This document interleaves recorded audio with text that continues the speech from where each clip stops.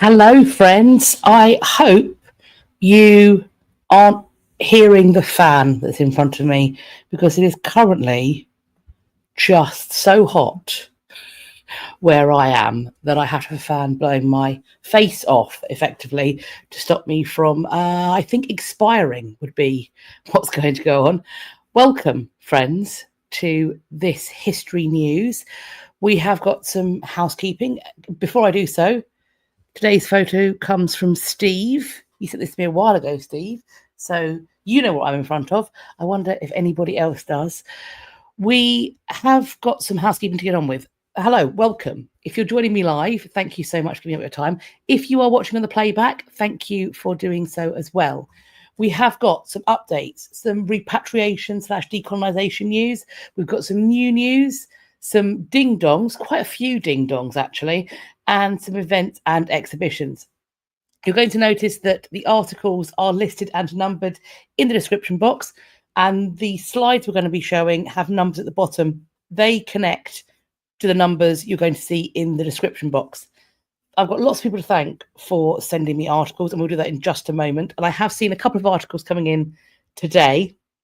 So if they are not ones we're looking at in this episode, we'll be looking at them next month. Let's say some hellos, shall we? Hello, Shane. Thank you. I'm really pleased you enjoyed the video.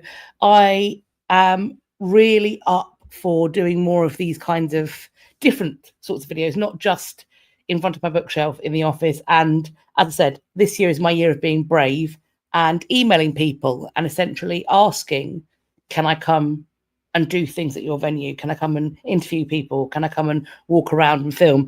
And so far, I've had a lot of people saying yes, which is very nice.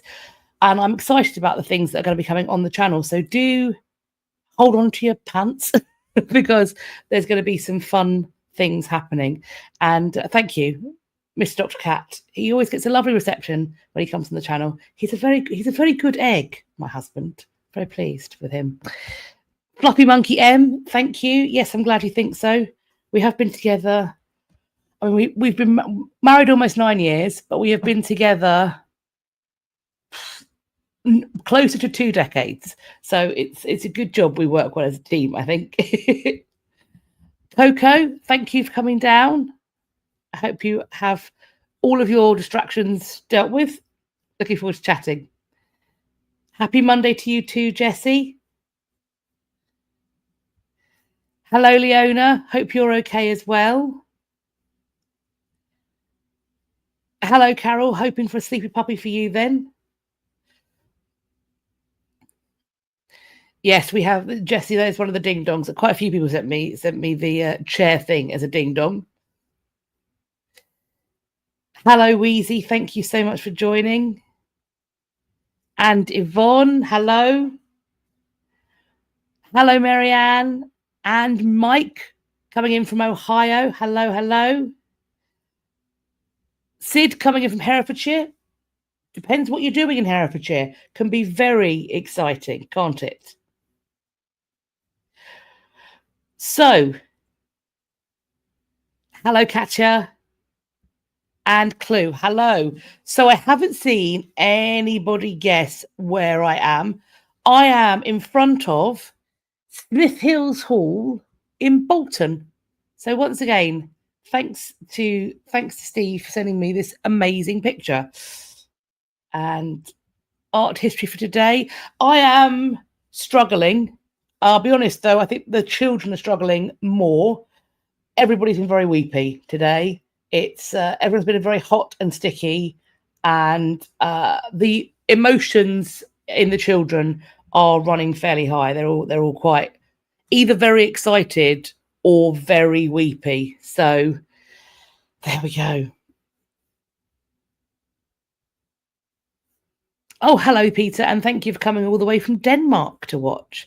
Wonderful. Right, I think without further ado, let's hop into our thank yous because we do have a lot of slides to get through today. So let's hop into the thank yous and then into the news we have to look at today. So without further ado, thank you, Jessie, Named Twin Cat, Elverta, Yvonne, Beth, Shane, Daniella, Sheryl, Joseph, Sheri, Liliana, Sdragnasty, Leona, Mackenzie, Sven and Zoe. Thank you all so much for sending over those news items. Let's hop in to the updates, shall we? And we're starting off with Pompeii. There are new frescoes of Zeus, Helen of Troy, and Apollo that have been discovered in Pompeii. This was found in 2024. They were found in a dining room along the Via Nola. They, as I said, depict Paris and Helen, Cassandra and Apollo, and Leda and the Swan. It's being described as offering many key insights into Roman art, interpretation of mythology, and the practices of Roman dining. So the picture you can see, you're going to be on the same screen as me, on the right of your screen, is the Trojan Prince Paris with Helen of Troy, and this is the Roman mural in Pompeii. These frescoes were found in a dining room at Insula 10 of Pompeii's Regio 9. It measures 49, the room itself measures 49 feet by 20 feet, leads out into an open courtyard with a staircase that goes to an upper floor. These frescoes aren't the only artwork present, because there's underneath the arches of the staircase, there is Pompeian graffiti, including a pair of sparring gladiators, and what would graffiti be without it? Apparently also a very large phallus. This discovery is made as part of a larger project designed to form a perimeter between the excavated and unexcavated areas of the site to make Pompeii more efficient and sustainable. I think all of the news items we've seen over the last months, indeed years, is that Pompeii is having an enormous amount of finds and discoveries opening up. And I think the site is just going to keep expanding, and they're opening as much as they can up to the public. So if you went to this site 5 years ago, you should put it back on your list, because it seems like a whole host of stuff is being found and continues to be found. Although maybe it's worth to hold out, because they're still finding things all the time. Another update here. This is an update about a repatriation. The MFA Boston has announced on Instagram that they returned 2 Benin bronzes to the Oba of Benin. There was a lot of back and forth as to whether or not this was going to happen. It was planned, and then I think allegedly, with the concerns around the new administration, there was some questions to whether this would actually go through. Well, according to their Instagram, it apparently has. So good news, I think, on that front. We're going to hop from updates about repatriation straight into repatriation news. Here we go. Harvard has agreed to transfer the photos of enslaved people to a Black History Museum. What we're looking at here, you can see a couple of the photos that are pictured as if they're in a map of the continent of Africa. So Harvard University is going to hand over a set of historic photos. They are daguerreotypes, in fact. This is happening as a result of a legal battle between Harvard University and Tamara Lanier. She's an author from Connecticut. You can see her pictured here. And she argues that she's a descendant of 2 of the people shown in these photographs. They were taken in 1850, and they are now going to be transferred to the International African American Museum in South Carolina. Harvard said it always hoped the photos would be given to another museum, and Miss Lanier said she was ecstatic with the result. These are daguerreotypes, which is an early form of photograph. I believe they are taken using mirrors or on mirrors, and they were taken 15 years before the 13th Amendment. They were discovered in storage at Harvard's Peabody Museum of Archaeology and Ethnology in 1976. There are 15 images that have been identified by the Peabody Museum as Alfred, Delia, Drana, Facena, Jack, Jem, and Renty. Miss Lanier says this settlement would mean the transfer of all the images, not just the ones about Renty and Delia, who I believe are her ancestors. These photos were commissioned by a Harvard professor and zoologist, Louis Agassiz, as part of a now obviously discredited research that sought to prove the superiority of white people. He espoused the belief that human races evolved separately, which has of course now been debunked. Harvard's not commented on the details of the settlement, but a spokesperson did say, quote, it has long been eager to place the Zeely daguerreotypes with another museum or other public institution, to put them in the appropriate context and to increase access to them for all Americans.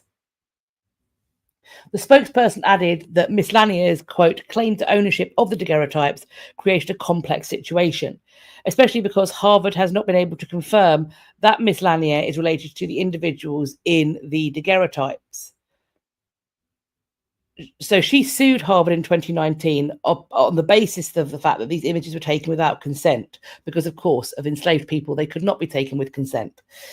In 2022, the Massachusetts Supreme Judicial Court upheld an earlier ruling that dismissed Miss Lanier's claim to ownership. She was, however, allowed to claim damages for emotional distress. It ruled that Harvard had, quote, complicity in the, quote, horrific actions that surrounded the creation of the images. Miss Lanier said she's ecstatic. She said, quote, I've always known, first of all, that I could never care for the daguerreotypes at the level they would require. There are so many ties that bind Renty and Delia and the other enslaved people to that particular part of South Carolina that to repatriate them there would be like a homecoming ceremony. The South Carolina Museum, the president, said, these are not gentle images, and the story behind how they came to be is even more difficult to hear.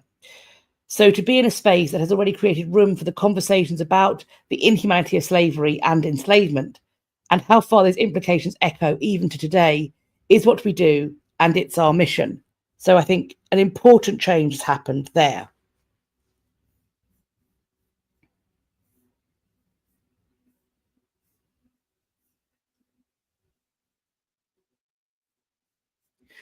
So yes, I think this is an important fight to have, and these photographs taken without, and these questions of consent are ones that I have thought about a lot on this channel. It's one of the reasons why I went from, in the earlier days of my channel, being happy and comfortable with showing human remains if they have been part of an archaeological dig on the channel, to now, regardless of potential consent or whether they're in a museum or whether they're even on a news website for the world to see for free, I don't show human remains because I am not comfortable or confident that you can say that these people would consent for their remains to be exhumed, let alone viewed in this way. And I think it's very similar when you have photographs of people, living or dead, taken at the time, particularly when they were taken without their consent, which, as I said, as an enslaved person, there could be no consent for those photographs to have been taken. And especially, of course, what makes it all the more damaging and destructive and horrendous is the reason they were taken and kept by this individual. I think it's not unexpected, but still highly disturbing that these were taken by somebody who worked in zoology or commissioned by somebody who worked in zoology. It's a sign of the thinking behind them. Indigenous leaders have called upon the new Pope to return thousands of artifacts. So this is the Federation of Sovereign Indigenous Nations, the FSIN. They are calling on the Vatican to return sacred First Nations artifacts that were taken from Indigenous communities during the residential school era. The FSIN represents Saskatchewan's First Nations, and they have previously formally requested the repatriation of things like sacred pipes, medicine bundles, ceremonial regalia, and other cultural objects that are housed by the Vatican museums in Vatican City. The recent appointment of the new Pope is thought to be leading to this renewed request. The Indigenous leaders from Saskatchewan were part of a delegation that went to the Vatican in 2022. They met Pope Francis, and for that visit, the Canadian Conference of Catholic Bishops arranged for a group of First Nation, Métis and Inuit delegates to meet Francis at the Vatican and see some of the artifacts during the private tours of the Vatican Museum, including this kayak that we can see and thousands of other artifacts as well. The curator of the Chief Poundmaker Museum and Gallery on Poundmaker First Nation said, quote, "They hold our history, they hold our culture. It does strengthen our link with the past, and we need that more these days because our languages and our cultures, they're very much threatened." The Catholic Church previously justified colonization of Indigenous people through its doctrine of discovery, a legal concept backed by 15th century papal bulls. The Church maintains those papal bulls were not part of the Church's teachings. Quote, this is from the Vatican, "Historical research clearly demonstrates that the papal documents in question, written in a specific historical period and linked to political questions, have never been considered expressions of the Catholic faith." Okay. At the same time, the Church acknowledges that these papal bulls did not adequately reflect the equal dignity and the rights of the Indigenous people. I'm not a Catholic, but I was of the opinion that a papal bull was the work of the Catholic Church, the Pope, and thus part of how they viewed the faith. I think it's perhaps we're arguing in semantics here, but okay. The president of the Métis National Council said, quote, "These artifacts were taken during eras of profound injustice. Their return is an essential step in advancing reconciliation and repairing the deep harms caused by colonial policies, including the role the Church played in the residential school system." She's going to take this message to Rome, and she's going to attend She attended Pope Leo's inaugural mass. So hopefully, I'm not sure what the outcome of that meeting was. I hope that we will see that there is going to be some movement on this. If and when there is an update, I will, of course, share it. Skulls, once subject to racist study in Germany, are now laid to rest in New Orleans. Marie-Louise was a lifelong New Orlean, I think that's how we pronounce that, who died of malnutrition.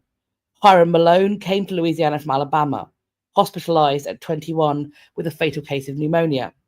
Samuel Prince was a 40-year-old cook who succumbed to tuberculosis. These are individuals who are among 19 Black patients who died at one New Orleans hospital in the 1870s. After their deaths, their heads were removed by a doctor and sent to Germany. They were studied as specimens in what was then the proliferating pseudoscience of phrenology. They were trying to draw connections between someone's intellect, moral compass, through looking at the way their skull was shaped, the lumps and bumps, etc. They were looking for proof of the superiority of one race over another. This is proto-eugenics. These skulls have now been repatriated to Louisiana after more than a century overseas. The remains were returned by the University of Leipzig, which in 2023 contacted the city archaeologists in New Orleans, acknowledging the skulls had been acquired in a colonial context and unethically. It is presumed that many of these 19 people had been enslaved and later then moved freely after the Civil War, eventually fell ill or were institutionalized in asylums before ending up in the Charity Hospital in New Orleans. There was a memorial held, and a group of Dillard students read from those biographies, ending with their return journey. Quote, "Another voyage across the Atlantic, passing bones of enslaved Africans on the ocean floor. From Africa to the Caribbean to the United States of America. From New Orleans, Louisiana to Leipzig, Germany. From Leipzig, Germany to New Orleans, Louisiana. Justice carries 19 men and women home. May they walk freely in the city of God, in dignity and honor."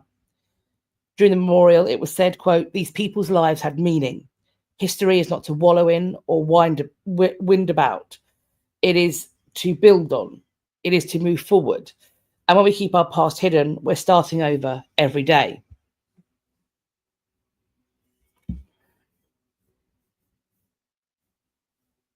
Steve, hello. Yes, the image behind me is yours of Smith Hills in Bolton. Thank you very much, and welcome as well. Marianne, on the papal bull, because of course this was what they're referring to in the 15th century. They are referring to the after effects of the Treaty of Tordesillas and the subsequent and connected papal bull that effectively divided, by, shall we say, divine right, certainly papal approval and authority, the New World, the new holdings of the New World between Spain and Portugal.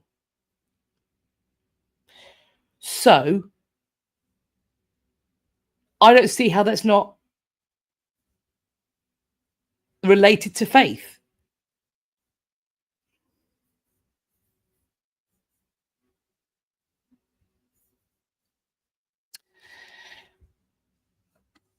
Now, I had to search up what ribstones are, and I think I understand that they are particular stones that are carved in certain ways and used for ritual purposes. These are sacred ribstones, and they are being repatriated.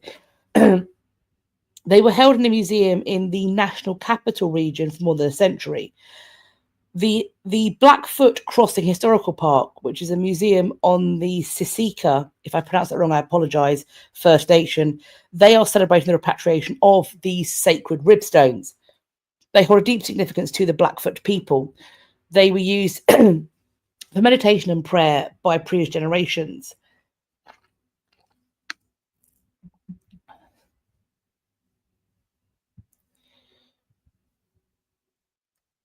So the Bear Chief said, quote, bringing home our objects, it is also a significant historical event because our spirits are coming home and then we'll become whole as a Sisika nation. These ribstones are centuries old. They were removed from Blackfoot territory in the late 1800s, early 1900s. Earlier this year, a Blackfoot delegation travelled to the Canadian Museum of History in Gatineau, Quebec, to identify the items and confirm that they belonged to the Sisika people and to ensure their return. Quote, for us to bring these home and recount the significance of them to our people and to our future, it's important that we have them to be able to tell that story. Repatriation is a lot of things. It's not just repatriating objects. It's also repatriating knowledge, territory. It's repatriating our lives that have been taken away. And of course, several other important artifacts have been repatriated in recent years. They are continuing to look at repatriating more items from museums around North America and Europe. So as and when we get an update on that, I will let you know.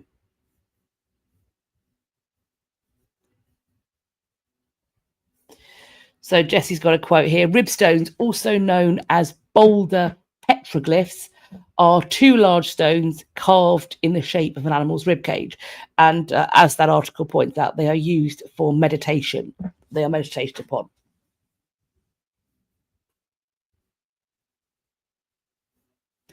Hannah, so it's pronounced matey unless it's in the plural matis. Thank you. I'll bear that in mind. Apologies.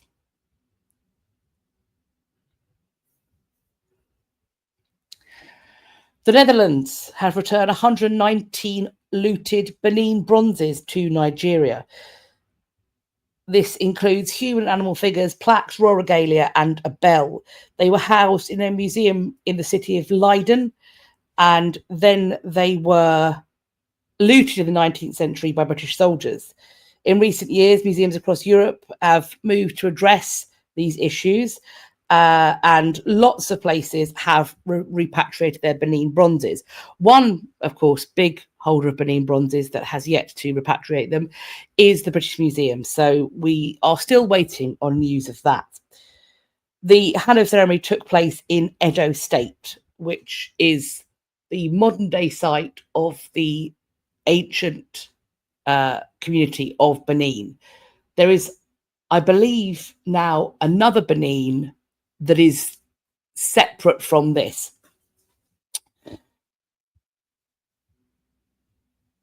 The return of the artifacts was described as, quote, divine intervention.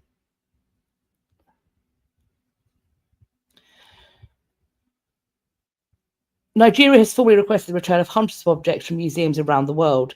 Some 72 were returned from a London museum, while 31 were returned from a museum on Rhode Island. This happened in 2022. The Benin bronzes were stolen in 1897, when British forces under the command of Sir Henry Rawson sacked the Benin kingdom and forced Overall Nagasaki, the monarch of the time, into a 6-month exile. Benin is located in modern-day southern Nigeria.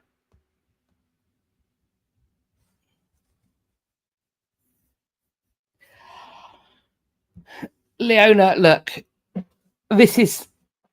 Maybe the British Museum will learn from the museums in returning the Benin bronzes. That... I'm trying not to be a negative Nelly, because that was certainly my hope, that they would see that evidently the global conversation has shifted. I thought that they might seek to, in fact, get ahead of the curve and try and be front runners in having these conversations and performing these repatriations.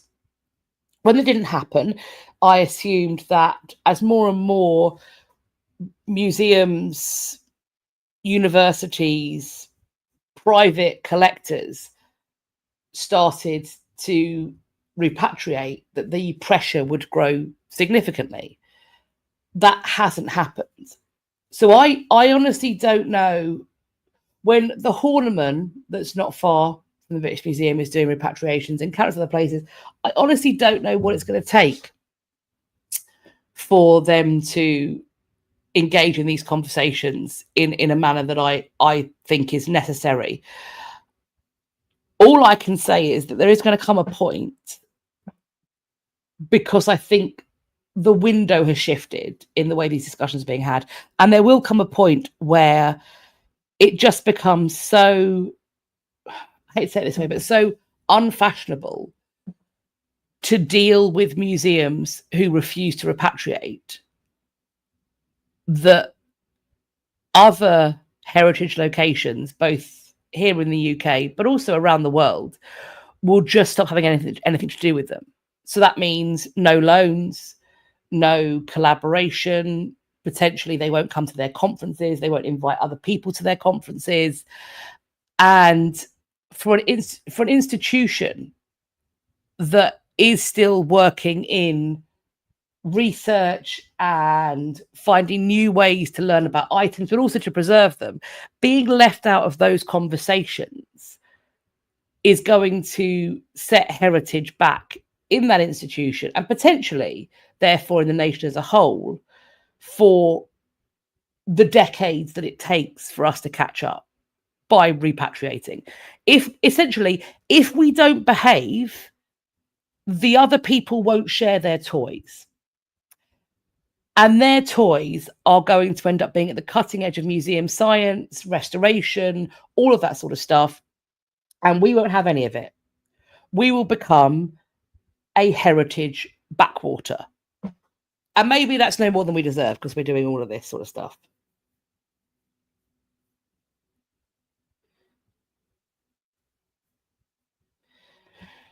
Rebecca, I wonder if the Pope could apply pressure to the British Museum by releasing items to the Vatican archive.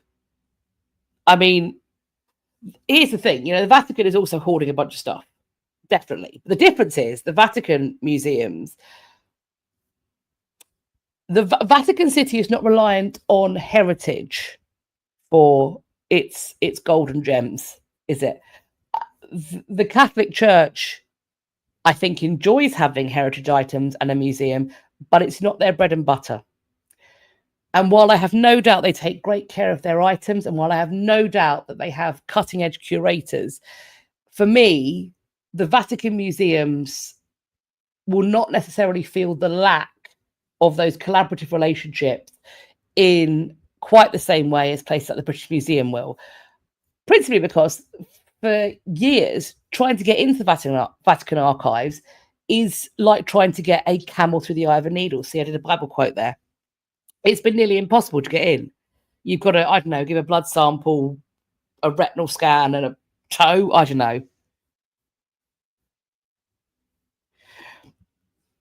Tudorosties by Maureen. The British Museum has got, Lord only knows. I'm sure somewhere we can find out how many items are held by the British Museum that are not on display and have not been on display for decades. The notion that if they gave back the Benin bronzes, the Parthenon sculptures, the various indigenous items they have, the notion that the walls would be bare and there'd be nothing to see, is fundamentally deceptive of the quantity of stuff this institution holds.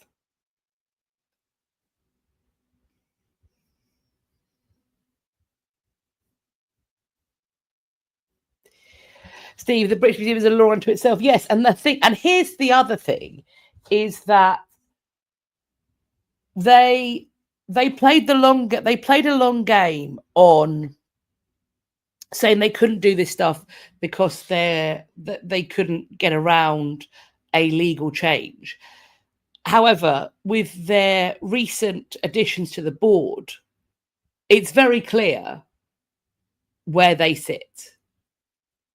To add someone to your board who wrote the book on essentially finders keepers, losers weepers when it comes to repatriation, to have that person added to your board, to me, is a statement of intent that is incendiary, as far as I'm concerned. That is not just these conversations are awkward and difficult in order to have them. That is la la la la la. Sucks to be you. We can do what we want.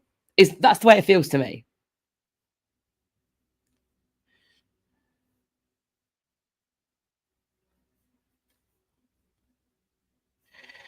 Oh, Leona's done the look around. The British Museum holds 8 million objects, of which 99% are not on public display. So anytime anybody says to you, well, if we gave everything back, there'd be nothing on display.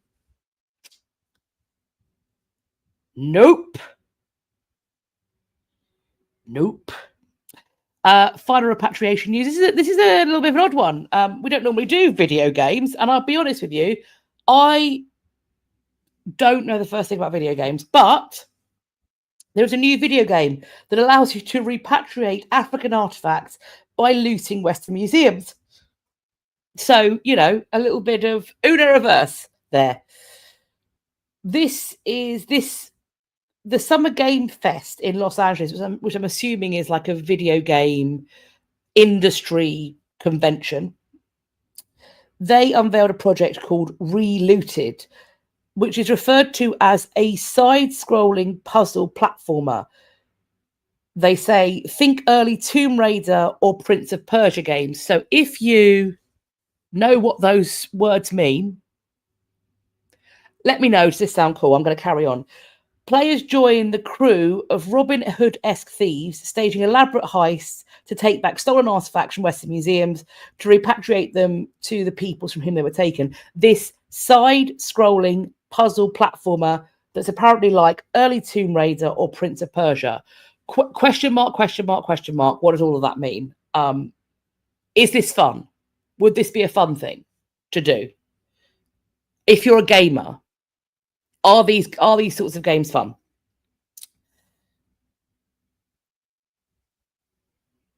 The creative director of the game explained that the artifacts in Relooted are based on real-world pieces in Western museums. In crafting the various mission, the developers team spent 2 years of research narrowing down the list of which pieces of the hundreds still held by Western museums into something manageable. We looked for artifacts with great stories in terms of how they were looted. Why were they important to people? Just anything associated with them. He talks about the Nagaji drum, a wooden drum made by the Pokomo people in Kenya. The first Kenyan people to see it in the last 100 years were in the 2010s. The person who saw the drum was a descendant of the king it was taken from originally. So these aren't artifacts that were just found in the dust and excavated by archaeologists. These were still active cultures. The company who made this is based in Johannesburg, but the developer team includes people from Zambia, Zimbabwe, Ghana, Nigeria, Ethiopia, and Tanzania. Quote, there are not a lot of opportunities for people here to professionally make video games. So if you're offering people here the opportunity, and it so happens that it's an African-inspired thing, which you don't get to see a lot in games, people are pretty excited about doing that. Now, if you go to the article that I've linked, this article here, you'll see that there is a relooted game announcement trailer. So if you are a gamer or you think you might want to become one, check it out. Right, so let's talk about this. Fluffy Monkey sounds like a lot of fun. Okay, fabulous. Sven, you saw this on Steam. It's not your personal taste in games, but you think there's going to be a big market for it. Interesting.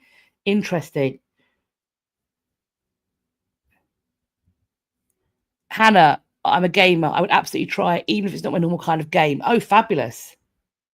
Wheezy, you're not a gamer, but it might get younger people into the repatriation of artifacts. Certainly, it'll get them aware and having the conversation, no doubt. Leona said it reminds her of Indiana Jones, and also that if it teaches history to the next generation, then it can only be a good thing in the long run. Hannah thinks you should have a live stream of me playing it. Well, I'm up for that. I am up for that. But I would... Yeah, okay. Let's see if I can find out how to play a video game. Any video game. And I'll give this one a go. And then I'll figure out how to live... Do you know what? This is about 5 different steps I'm going to need to learn to do. But hey, if you don't keep your brain active and learning new things, then it turns to soup. So I'm going to try and get hold of this game, figure out how to play it, then figure out how to stream myself playing it, and we'll have a go.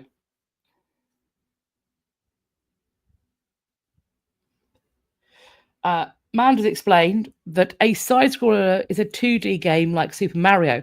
That's cute of you to think I know what that is. When I played Snake on a Nokia. That's the extent of my gaming. I might have Candy Crushed on my phone. I don't know what these things mean.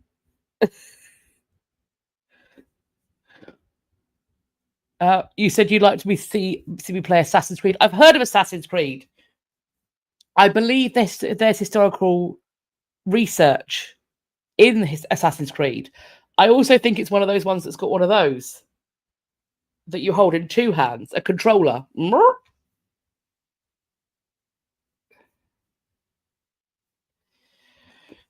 I've got 2 kids under the age of 5. When do I have time to play video games? Do you know what? The only time I'd ever have time to play video games would be on a live stream for this channel. And so that would be me learning to play a video game on a live stream, which I fear is perhaps not the fun that people might enjoy it to be, might want it to be. See, suggest getting in touch with Dr. Alex Clark. I will look him up. He does game screening. Okay. So maybe I'll look at how he does it.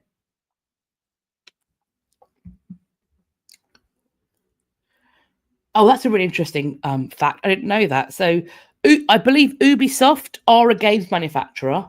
I think that's how this is connected to this. I've heard of them. Steve points out that they helped the French with the restoration of Notre Dame. How incredible. That's really look, while I am so far away from being a gamer that it's actually embarrassing. I am never going to be the sort of person that goes, because I don't understand something, it's dull or boring. Like I want to know why people are so interested by all of this stuff. I love finding out why people like Pokemon and all sorts of things. Am I going to go around hunting Pokemon? No. Why? Mostly because I'm lazy. I don't enjoy that much being outside, but other people do, and that's for them. But also, I think that all of these techniques and tools, they have so many multiple uses, and they can, as with all things. Look, social media, which is where I do my work, half my working life is on social media, has the capacity to be a force, I think, for incredible good. It's why I'm here. I am very cognizant of the fact that it is also, in some places, a absolute sewer, flaming sewer of a dumpster fire where terrible people do terrible things to each other. There's a reason why my children will not have a social media account until they are 16. Because I think that here be dragons and dangers. And I think the same with video games. I think that video games can have untold benefits for people in developing them their motor skills, their reasoning, all of the rest of it. But of course, on the flip side, it can be an incredible time suck, and it can involve content that is not suitable, particularly for developing brains.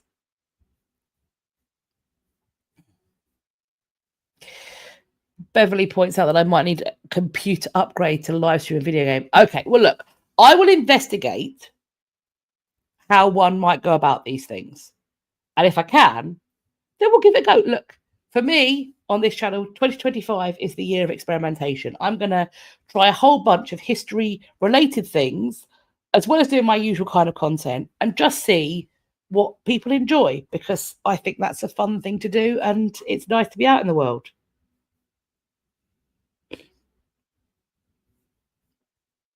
So we are now hopping into the new news. Some rock art in South Africa. This is interesting. According to a Newsweek report, a study of a rock wall at the La Belle France site that was painted by the San people at least 200 years ago suggests that one of the images might represent a Dicynodont, an animal that went extinct some 200 million years ago.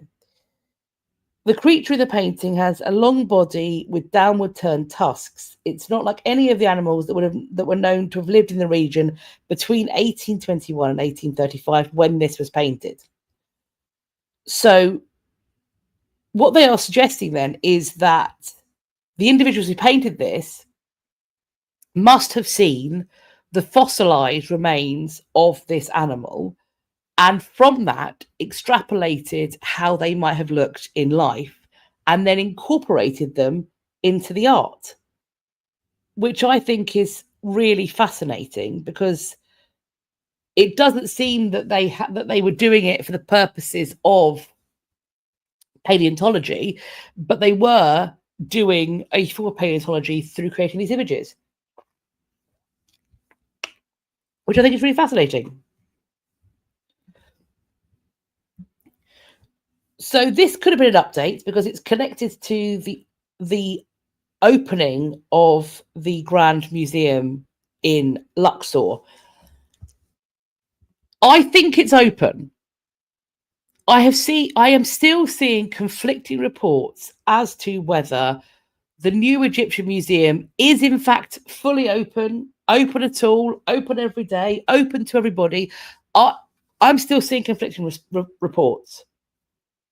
So I've also had people in the comments saying they've been, and it was open. And yet I'm still seeing conflicting reports. So I'm just putting that out there. And Egypt has announced the significant discovery of 3 ancient tombs dating to the New Kingdom. This is found in the West Bank of Luxor. Additional study is, of course, required, but all 3 tombs bear inscription with names of the dead.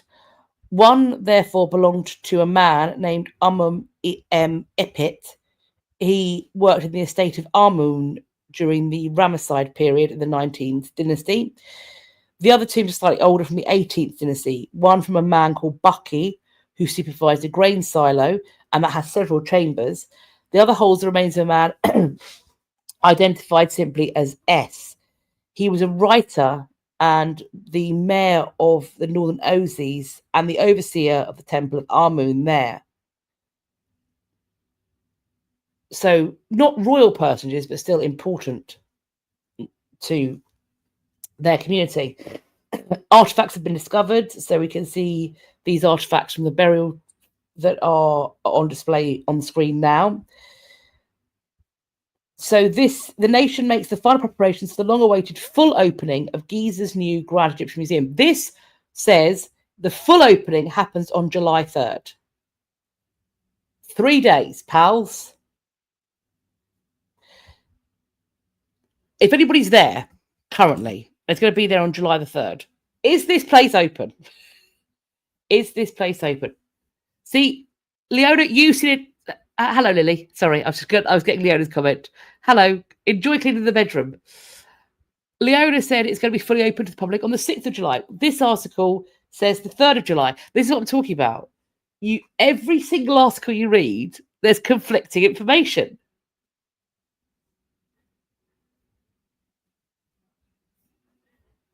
Oh, hang on, Jessie. Latest update. As of the 14th of June, the Prime Minister of Egypt has announced the government has decided again to delay the full opening of the museum until sometime in the fourth quarter of 2025. So this update was made on the 14th of June.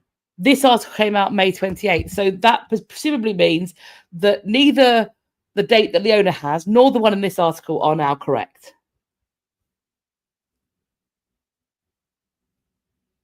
So not open. Steve said there's an American YouTuber who visited earlier this year. He's going back with a tour so he can see the full opening. Maybe he's going back with a tour to see the full opening. Question mark.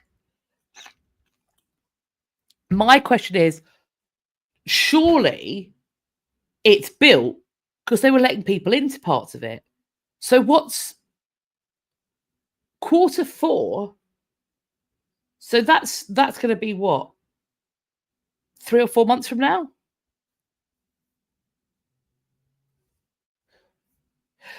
When it opens, we'll update.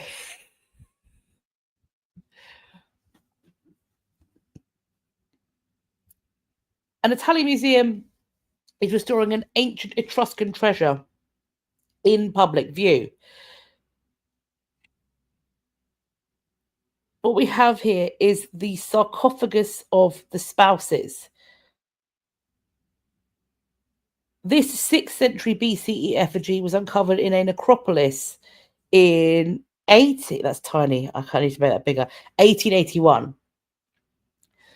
We see a couple reclining on a dining couch. A bed curves under their collective weight. The man's hand is on his wife's shoulder and her body leans ever so slightly to his chest. It's a funerary artwork, and as in common with many other Etruscan funerary artworks, it depicts a banqueting scene. The sarcophagus of the spouses is held in the National Etruscan Museum in Rome.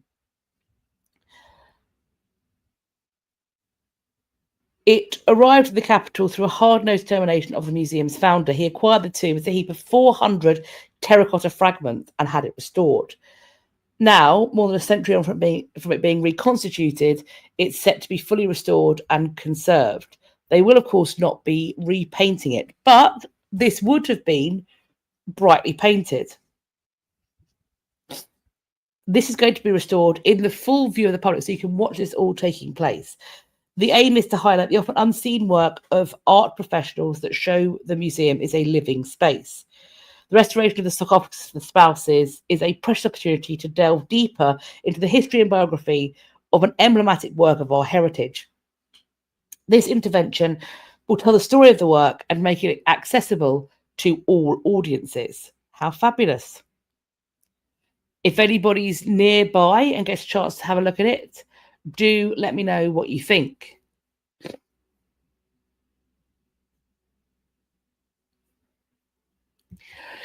Yes, the thing is, it does look like it's happening in a lab. So what I'm assuming is happening is that they have found a way in the museum to put their labs behind viewing glass so that everybody can kind of file past and have a look. It's a bit like when you go to one of the pizza restaurants and you can see them spinning the pizza, except, of course, it's a 2 millennia old Etruscan statue rather than a margarita. That was incredibly reductive of me. I apologise.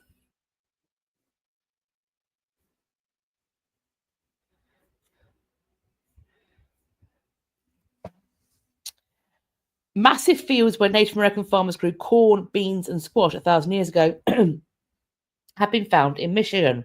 This is hundreds of years before the arrival of the first Europeans. The indigenous people were growing all of these crops.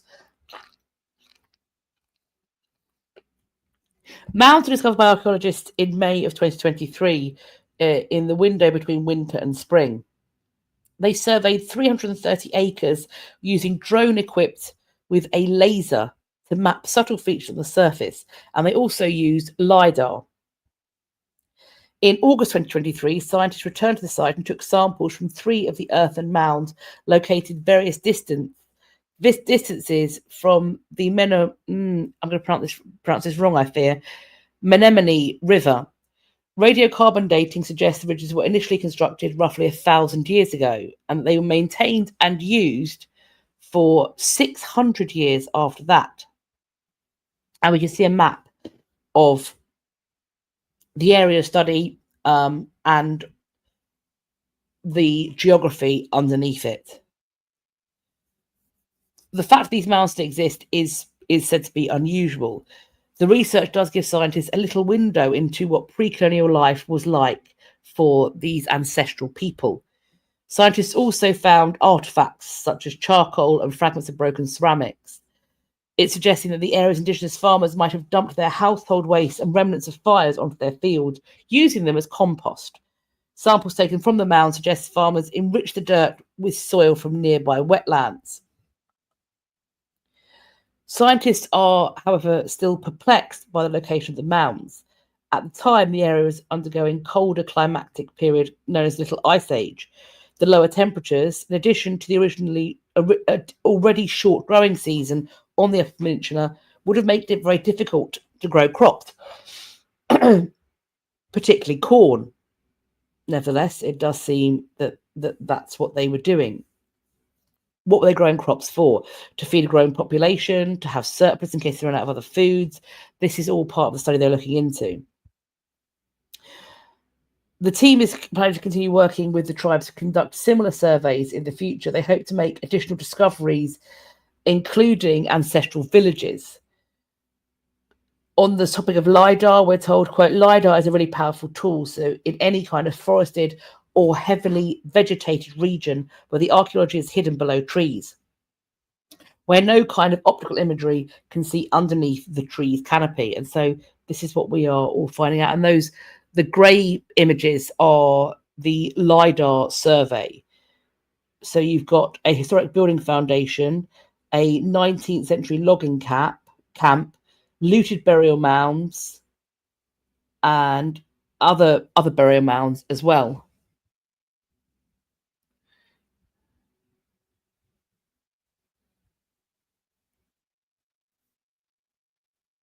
Manda said, pointing out it's pronounced Menominee. Thank you.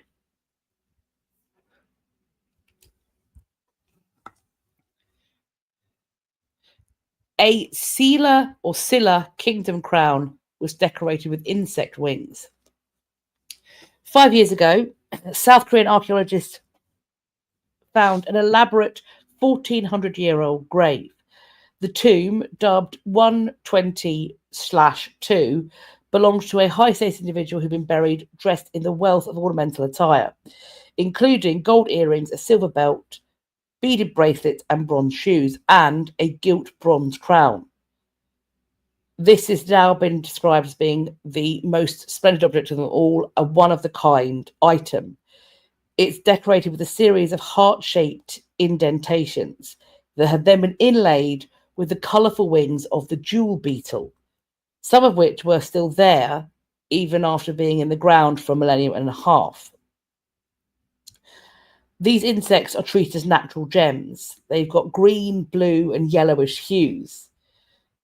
This would have meant that this would have been adorned, this helmet, and made it look a lot like a crown.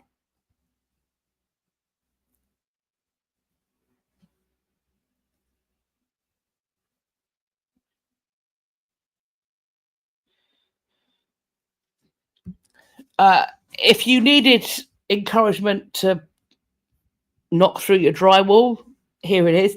That's not advice. That's bad advice. Shh, I'm kidding. A huge coin collection was found hidden in the house's walls, and it's just sold for $3.5 million. So, this is historic gold coins recovered from the wall of a house in France after the owner passed away. The coins were collected by a man called Paul Nache or Nas. He lived in southwest France until his death in 2024. Apparently, he lived a modest life, didn't see much of the world, spent all of his money on his collection. He ended up with more than 1,000 pieces. And lots of them are rarities. Many of the coins date back centuries. There are coins from the Kingdom of Macedonia, for example, and coins used during the reigns of the French kings Louis XIV, XV, and XVI.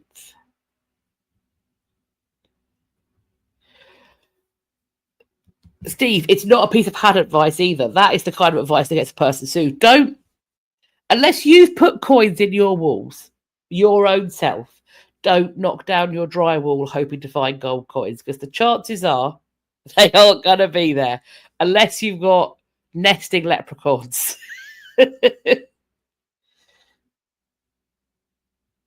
He had no direct descendants, and only a few people knew of his hobbies.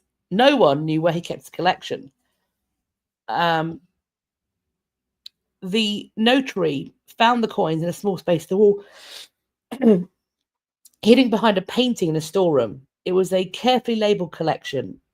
Also found there were 10 packages, each containing 172 gold 20-franc coins, equivalent to an ingot of gold. The final sale far exceeded the pre-auction estimate of €2 million or $2.43 million.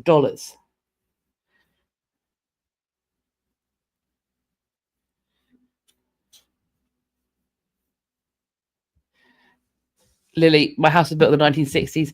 Pretty sure nobody's putting gold coins in there. No, if you're lucky, you might find some very, very vintage LSD. That's probably about it.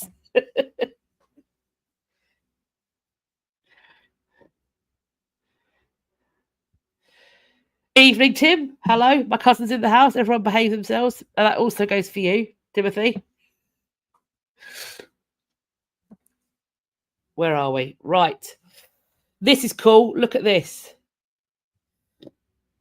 Oh, heading back. I don't think they were actually hidden. They were hidden essentially for security. It's not like he opened up the wall, plastered them back, and then put them away. They were in like a little nook. It's just no one knew where he was keeping them, but a notary was able to find them. They didn't have to go in and metal detect. They were hidden in the way that you might hide your car keys, I think. So we have got a 1,000-year-old gold bracelet fragment. Look at it. Isn't it gorgeous? This is found in the UK, and it dates to a period, they call it, when Vikings ruled the land. I'm under the impression that Viking is a job description that doesn't really involve ruling a land, but, swings and roundabouts. It's found on the Isle of Man, and a metal detectorist has found a squashed fragment of 11th century Viking treasure, this intricately woven gold bracelet. So the Isle of Man is located between England and Ireland, and it is a crown dependency of the United Kingdom. Multiple Viking graves have been found on the Isle of Man, as well as remnants of Viking architecture. And the Isle's Manx Museum hosts, quote, many spectacular artifacts like Viking tools, weapons, clothing, and this newly discovered gold piece. It is, the work is absolutely beautiful and intricate.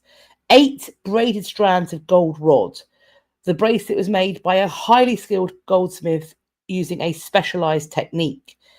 Jewelry items like this had several functions in the Viking Age. They were prized possessions and visual displays of wealth. They were portable and so could therefore be traded in financial transactions if there were the need to. The metal detectorist is pictured here, and he belongs to the Manx Detectorist Society, this gold piece being his latest find on the Isle of Man. Previously, he has found 2 ingots of silver and lead, which were pieces of Viking currency, and this marks the 50th year of him being a metal detectorist, which is apparently a anniversary normally associated with gifts of gold. So on his golden anniversary, he's found a bit of gold bracelet.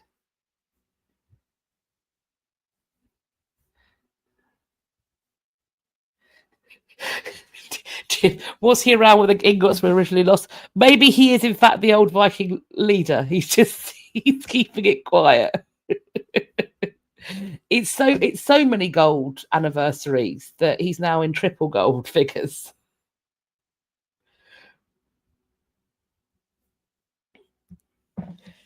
The first intact Roman pot has been found in Ireland. This is archaeologists working on a fort at Dromana in north of Dublin. They found the oldest evidence of the exotic Mediterranean fruit, the fig. And they found at the same time, or near the same time, an intact Roman pot, which is, I mean, finding a Roman pot, a fully intact Roman pot would be interesting anywhere. But it is particularly interesting that it's been found here because Roman Empire, the influence of the Roman Empire, clearly is reaching Ireland when the empire itself isn't stretching into Ireland. So it's interesting that this has got there. But what it seems to point to is that there may not have been a settlement there. People with a Roman background or Roman trading contacts must have been frequenting the site, as this pot displays. They have excavated other artifacts like glass beads, gaming pieces, a bone comb, but this Roman vessel was the first of its kind ever to be discovered in Ireland. The archaeologists said, quote, "We're breathless with the sheer excitement of it all. We have found five or six different types of Roman artifacts here, including the neck of an amphora. But nobody's ever seen a pot like this before in Ireland. There is an article on it entitled A Passion for Fruit, Ancient Comfort Food, which will teach you more about what they have found." From pots to knives, let's go to the next topic. A medieval child. This is referred to as the tomb of the Ice Prince. A medieval child has been found buried in an ancient Roman villa. Interesting. Archaeologists from the Bavarian State Office for Monument Conservation found a child's tomb in southern Germany. There was a body of a boy buried more than 1,350 years ago in an exceptionally well-preserved stone chamber. The tomb was then entirely extracted and transported for study using a novel technique. They froze it to preserve all contents. They then did their research, and they have managed to reconstruct the astonishing life, death, and funeral ritual that were used to bury this child, the Ice Prince, which is called that due to his preservation method. The boy lived between the years 670 and 680 AD. He was part of a high status social status family, and which is shown by the objects in his tomb. His burial chamber, made of stone, sealed with lime mortar, was inside what had once been a Roman villa that had been repurposed as a space for worship and remembrance for this child. They analysed the boy's DNA. He had, according to this, blue eyes and light-coloured hair, and was likely born in the same region he was buried in. He died at around 1.5 years of age when he was still nursing, and it seems that his cause of death was an untreated ear infection, or rather the spreading infection from an untreated ear infection. At his burial, he was laid on an animal hide, dressed in an outfit that included leather shoes, trousers, a long-sleeved linen tunic adorned with delicate silk strips. And this is really telling because silk only reached Europe through the Byzantine, however you pronounce it, empire. And it's a luxury item that is reserved for the elite. Indeed, it will be reserved for the elite for centuries to come after this. On top of this, this boy is wearing silver bracelets on his wrists and silver spurs at his feet. The scabbard of his short sword is decorated with gold inlays. Beside him is a cloth with a cross made from 2 strips of gold foil, which might point to the early Christianization of the area. At the end of the chamber, there are a series of objects arranged on a woven mat. There's a bronze bowl containing a comb, a wooden vessel, a spherical cup, which has got silver reinforcements, and the remains of dried fruits. And there's hazelnuts, apples, and pears. It was thought that the animal bones they found were a dog, but it's actually now thought to have been a piglet that might have been sacrificed as a food offering. These are part of a funerary banquet ritual. The comb for grooming, the bronze bowl for washing hands. This is clearly a boy from an incredibly wealthy family. But the time and dedication and care that went into laying this boy to rest over a millennia ago, when people try and tell us that our historical ancestors, even as comparatively recent as the Tudor period, had loads of kids because they expected them to die, so they didn't really care about them. This is the story that we have to tell. This is one story that we have to point to. This still nursing, just over a year-old boy who is buried with the kind of finery that could feed other families for the better part of a year, if not years. And individuals want to try and tell us that people in the past didn't care about their children, didn't mourn them when they died. The available evidence does not back that up. This available evidence does not back that up.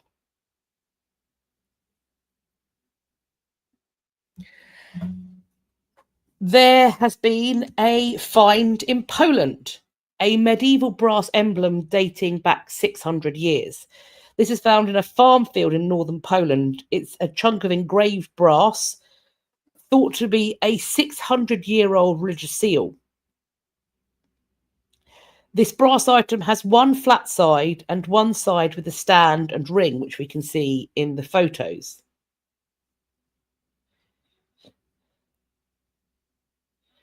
The flattened side was carved with an intricate image. So you've got somebody in a crown with a sword and a circle. A shield, maybe? Question mark. And it's then later encircled by a Gothic phrase. This is an image of St. Catherine of Alexandria. She is the patron saint of the Branowo Church, and the items she holds are the symbols of her master. Oh no, it's a circle. It's the Catherine wheel, I'm assuming.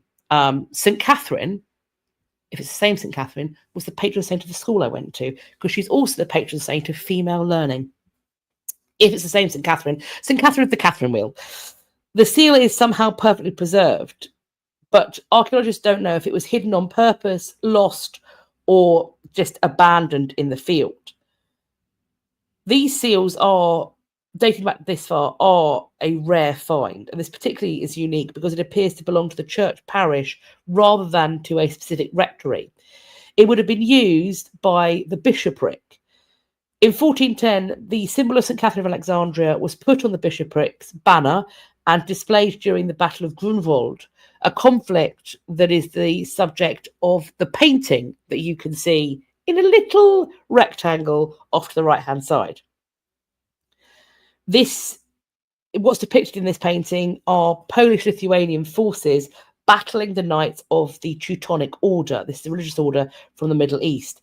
This battle is viewed as the final blow to the expansion along the Baltic Sea, which marked the beginning of a combined Poland-Lithuania state.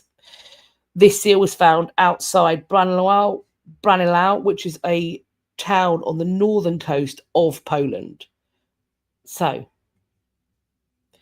interesting indeed. Next up, we've got a very pretty shiny.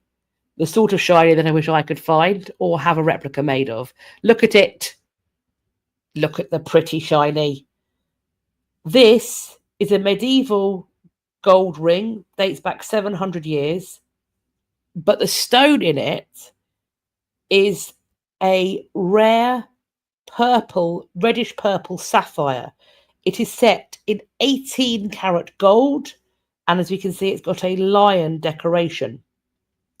This was lost, we think, 700 years ago. Thought that it was probably worn by a bishop.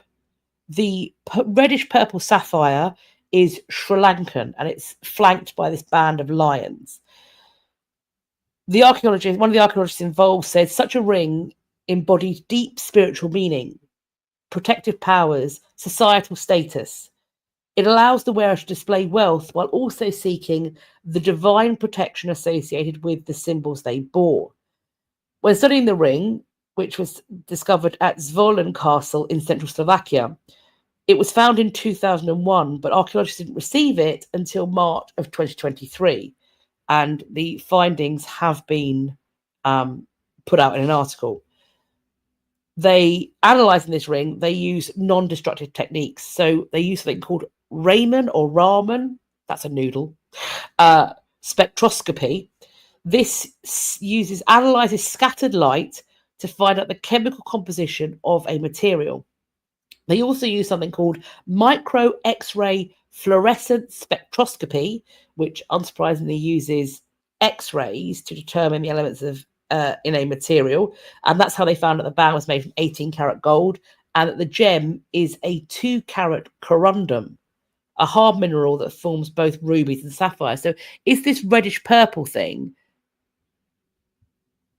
So it forms both rubies and sapphires. The primary difference between sapphires and rubies is their colour. So they aren't sure then if this is a ruby or a sapphire, but they're leaning towards sapphire. How cool is that? Bishops were required to wear such rings as an official symbol known as the bishop's ring of office. We don't know when the ring was lost, who originally wore it. But the castle did fall into disuse in the second half of the 14th century. But the style of ring, though, places it around 1300. This particular style of ring, the gold band, reddish purple sapphire and lion imagery, is unique to medieval Europe. It's a bit good, isn't it? It's a bit good. Oh, Miranda points out that a replica wouldn't cost that much. Lab sapphires come in almost any colour now. I want one. I want one at once. And do you know what? I want it the size. I want a stone like that. That's the size of a cocktail ring. Like I think that colour of stone is so pretty. I want it the size of a goose egg. I want, when I hit someone with the back of my ring hand, for it to be an assault with a deadly weapon. Timothy, you're right. And you know what as well? On top of that, it being my birthday in September, guess what, friends? The birthstone for September is, ding, ding, ding, sapphires. So there we go. It's fate. I want a duck egg-sized purple sapphire. Because who needs class? Do you know what, Maureen? 2 carats is perfect, is a good size stone. But why have a good size stone when you can have a massive stone? Massive. I'm like a magpie. I've got issues.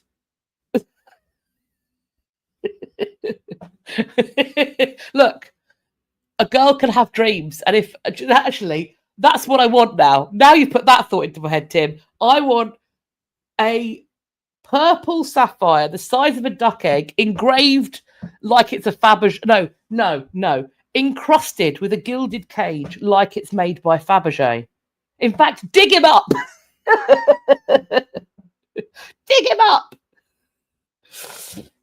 Right. Anyway, carrying on.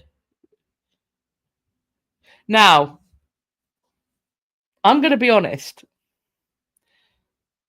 I did a double take when I saw this first picture, because I thought that this was going to go in the ding dong section. I'm not going to lie to you, because can we just for a second look at how they've positioned that picture? It is not in fact, what us prurient minds were thinking. People were excavating a cave in Mexico, and they have found a shell bracelet that has been placed on a stalagmite. So that dildo-looking thing is naturally occurring in the cave. So clean your minds. I'll start. We're here to talk about the bracelet. Grow up, everyone. So this cave is about 7,800 feet or 2,380 meters above sea level. The cave's name means in English the Cave of Badgers. Were there badgers in there? I don't know. Mayhap. It's a source of water and bat guano. I'm going to ask a question here. Feel free. I understand why you'd want a source of water. I know what that's useful for. What are people using bat guano for? What is bat? Why would you need a source of bat poo? Can we explain? I agree, Hannah. The photographer definitely knew what they were doing. Because look, they've taken the bracelet off. But they've taken that picture there. Oh, okay. All right. Okay. So bat guano is fertilizer. Everyone's shouting at me fertilizer. This is how little I go out into the countryside. I have no idea about anything.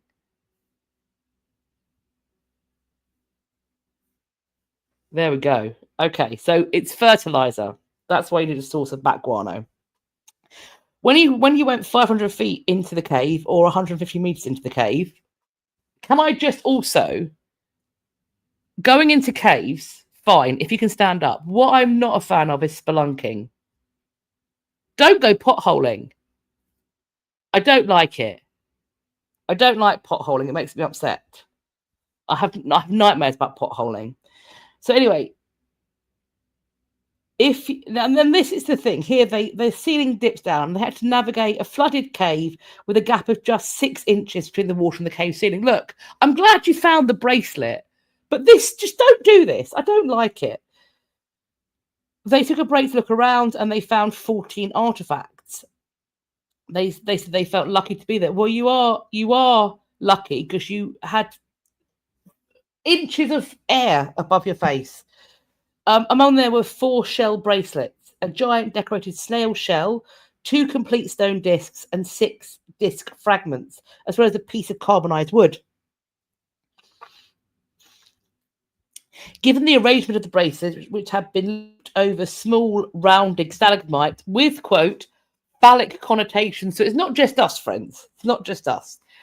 They think that these were part of fertility rituals.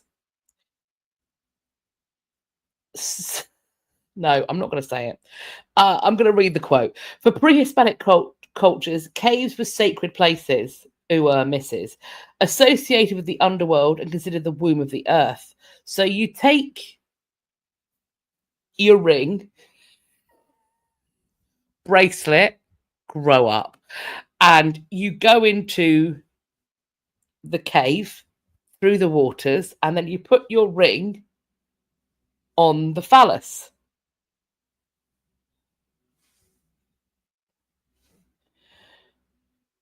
Quote, it's very likely that because they were found in a close environment where humidity is fairly stable, the objects were able to survive for so many centuries. And the bracelets are really cool.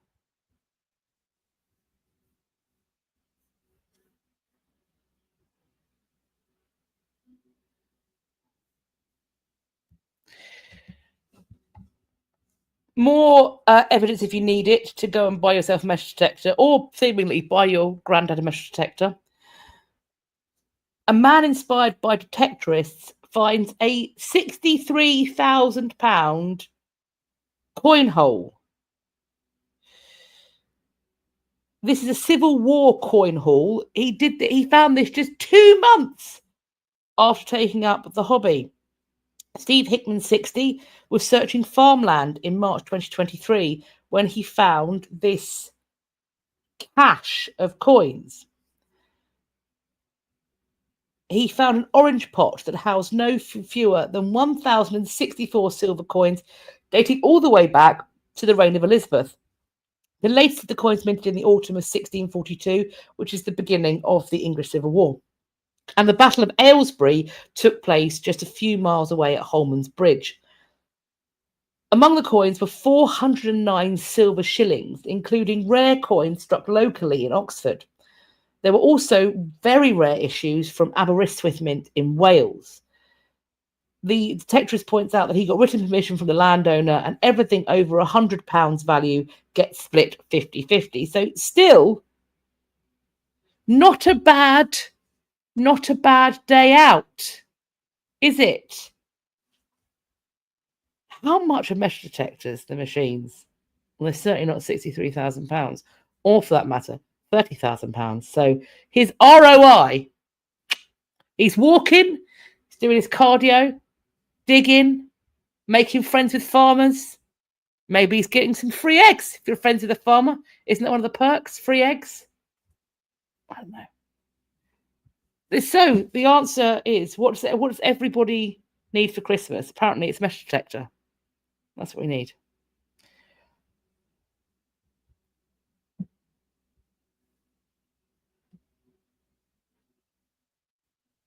Aren't they good?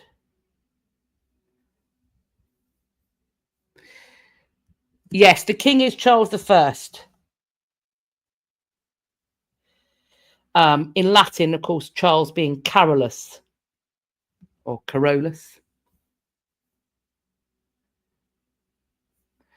Julesy, no, you can't. You do. It's either look right. It's either coin stashes or mass burials. If anybody who seems to be building anything in London, for example, is always finding some plague pit, some mass grave. So that's why it seems to be all architectural improvements, particularly towards the City of London and in the City of London, anything that's taking place, it always gets delayed because they whereas I think in places you might strike oil, here you strike burial ground. Oh, it's a mass grave. There we are. This one is another thing I want. Look at it. Oh, I'm in the way. Hang on. Can I move? Let me see if I can move. There we are. Just for a second. A pink diamond tied to Marie Antoinette. This is believed to have passed down from France's Queen Marie Antoinette to her daughter, and it's going up for auction. It's going up, or went up for auction in New York. It's a 10-carat diamond set in a ring by jewellery designer Joel Arthur Rosenthal. It's part of the magnificent jewels auction that happened on June 17th. I haven't seen what this went for yet. When I find out, I'll let you know. It's believed that this jewel dates back to the mid-18th century and that it was owned by Marie Antoinette's daughter, the Duchess Marie-Thérèse. According to royal law, whatever that may mean, Marie Antoinette entrusted her most treasured jewels to her faithful coiffeur on the eve of her failed escape from Paris in 1791, hoping one day to reclaim them. Of course, it does not happen, and the jewels were eventually passed down to Marie-Thérèse. And it's not certain, but it's thought that this pink diamond was part of those jewels passed down. It was then passed down 4 generations before being sold at auction in 1996 in Geneva. It has since then remained out of public view. It has been described as a very special diamond. Quote, it's a fancy purple-pink diamond from the 18th century, most likely from the Golconda mines in India. It's estimated that it will sell for between $3 to $5 million at auction.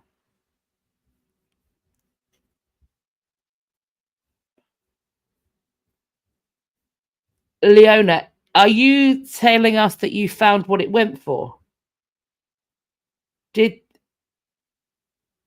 Leona has just put up $14 million. Could you just confirm, have you found a source that's what it went for? let us know. Oh, here we go, Jessie. June 17th for nearly $14 million. So it almost tripled the estimate. I'm not surprised because it's got lots of things going for it. It's a pretty pink diamond. And as we all know, a lot of what's going to add value to things is something like provenance and a connection to somebody like Marie Antoinette. I've got the full price realised from Chrissy's website, $13,980,000.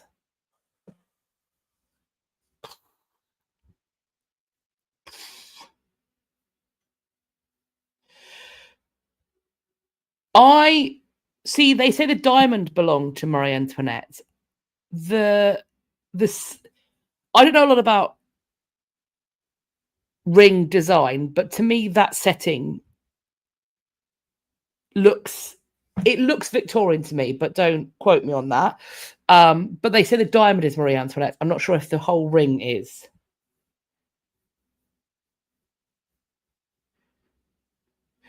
What it means by price realised is that's the auction amount, and I believe that's the auction amount less the auction house fees. So whatever it went for, there'll be a percentage added on top for the auction house fees, is my understanding. Deborah, we've seen the wedding ring. And put it this way, the rock is bigger. She's got the rock of Gibraltar on her finger, on what looks to be about a 3 millimeter band, which may also have already lost a stone. It's an odd ring. It's an odd ring. See, I heard their wedding theme was money can't buy you class.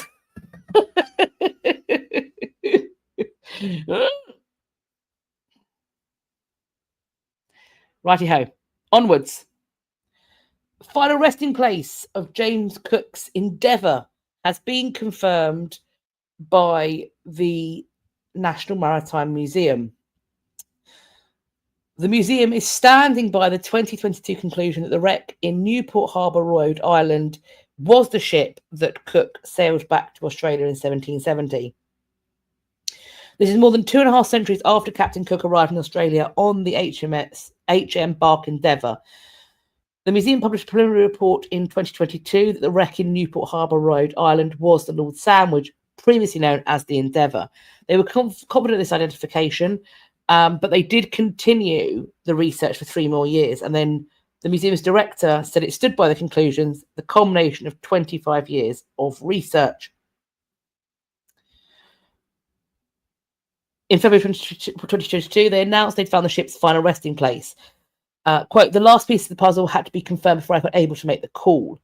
Then the museum acknowledged that RIMAP was not ruling out other sites, and paid tribute to its, quote, fine historical analysis and detailed artifact recording.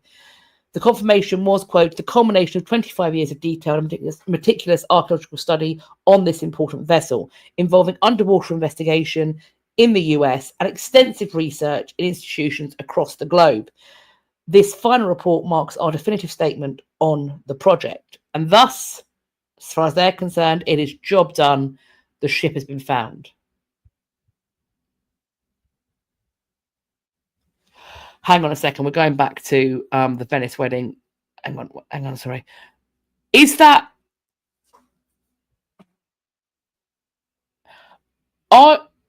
for real, or are you extrapolating upon a theme? Because my gosh, I mean, they did have a Great Gatsby theme party. They even, in fact, had the film Gatsby there. Leo turned up. But my gosh, it's for real.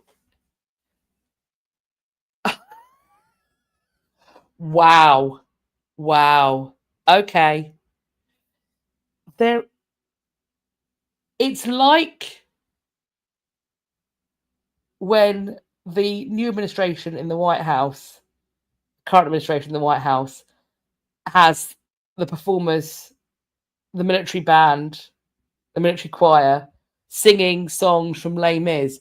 What side do you think you're actually on? Critical thought is deceased. Oh, wow. Oh, wow.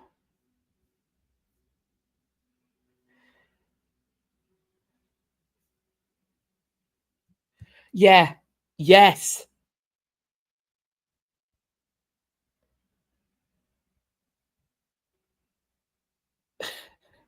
I mean, sadly, it didn't end the same way.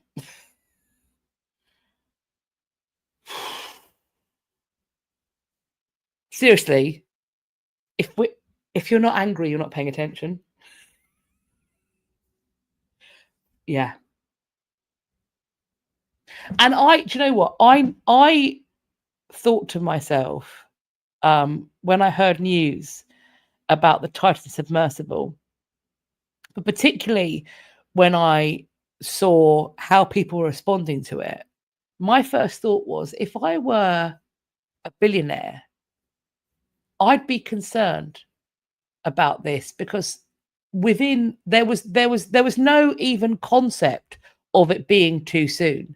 The fate of that vessel had not been announced, and the jokes were ubiquitous, absolutely ubiquitous. And if I were a billionaire, I'd be thinking to myself, oh, it seems like much of the general population no longer view us as human. And while your money can protect you to an extent, they are outnumbered, obviously.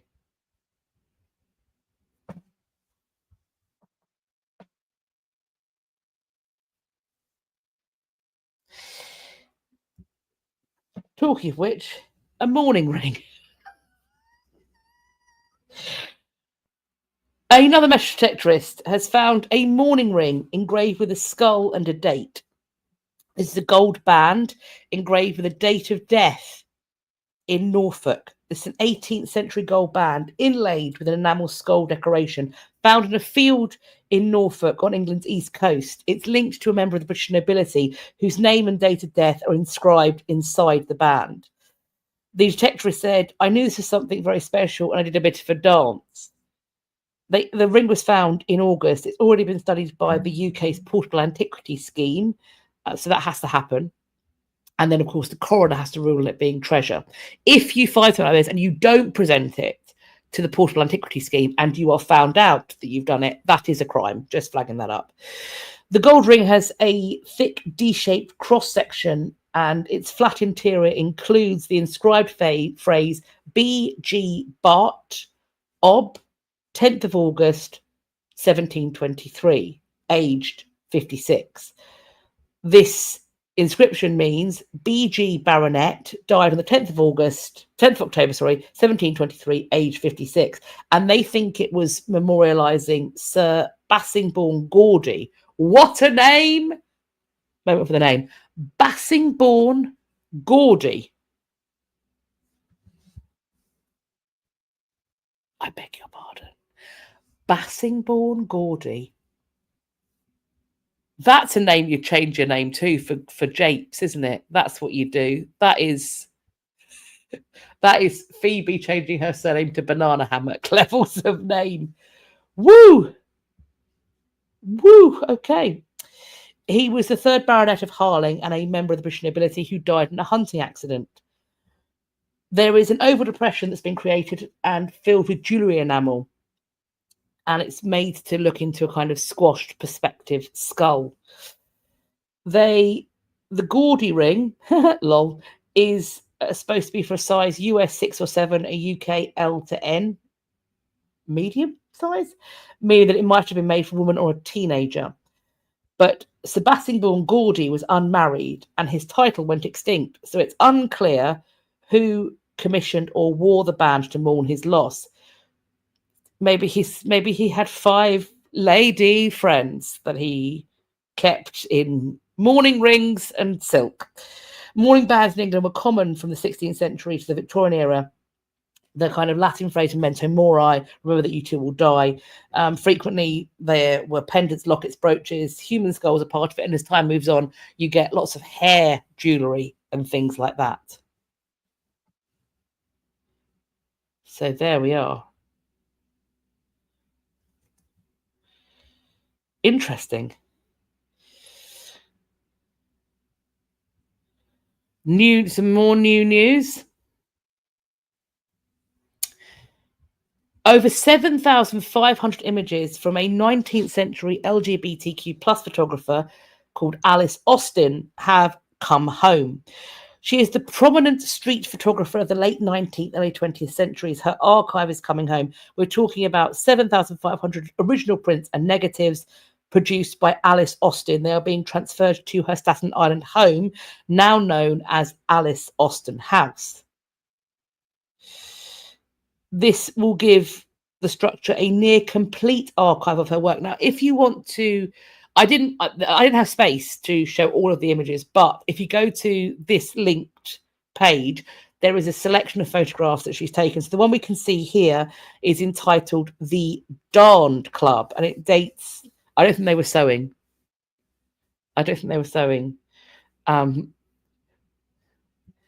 Timothy, of course, I think they're just very good friends. So probably their husbands are busy doing husband things. And these 4 ladies of the Darned Club, maybe it refers to them darning their husband's socks. I doubt it. The Darned Club, October 29th, 1891. Yeah, Julesy. The husbands are off hunting. The ladies are praying for an accident.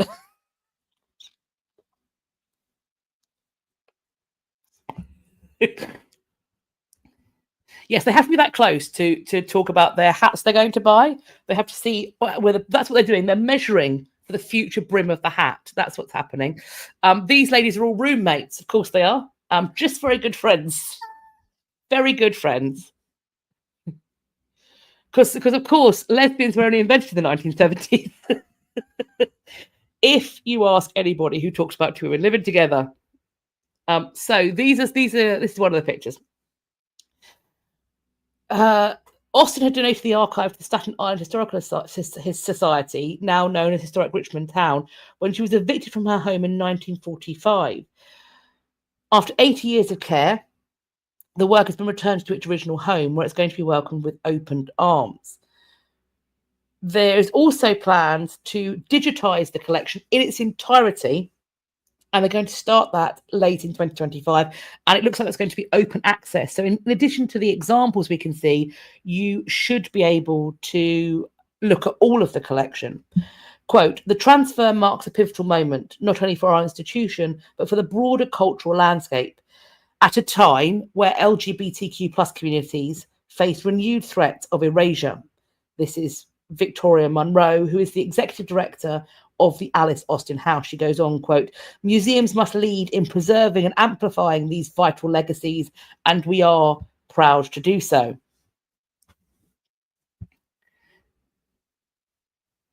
Yes.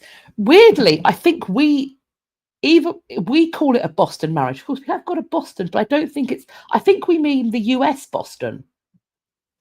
Maybe not. Yes, we do refer, and I don't know the origin of the term of Boston marriage. Yes. Maybe I could do a video on this, I suppose, the language of the LGBTQ plus community throughout the ages, and the things that have come into common usage. For example, words in Polari that we use in everyday life that we don't know, that we don't recognize it's traced back to Polari, which of course came over with traveling communities, but then became a dialect of the gay subculture at a time when homosexuality was illegal. So yeah, I'm going to look into that. Maybe I'll see if I can partner with somebody to have a chat about it. Tim, I agree, absolutely. Joking aside, it's fab, and if it upsets the gammons, all the better. Look, I fully agree. When they go puce in the face, I just think to myself, that's your blood pressure raising, and that is my sign that I'm on the right track. Let's give everybody who thinks this is a wrong thing an embolism. Lily, Jessica Kelgreen-Fozzard does queer history. She's fabulous. I would love to partner with her. She's got a very large platform. That sounded like I was going to get dirty there. But I also am, it may sound weird that I know this, but I am aware that she and her lady wife are expecting twins. So I feel that she may be busy. I mean, I've only got 2 kids. They're about to have 3. So good luck. But she's amazing.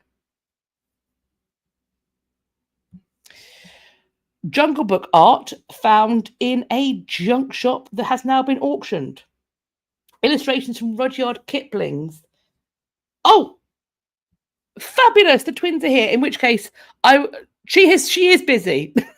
She and her wife are busy.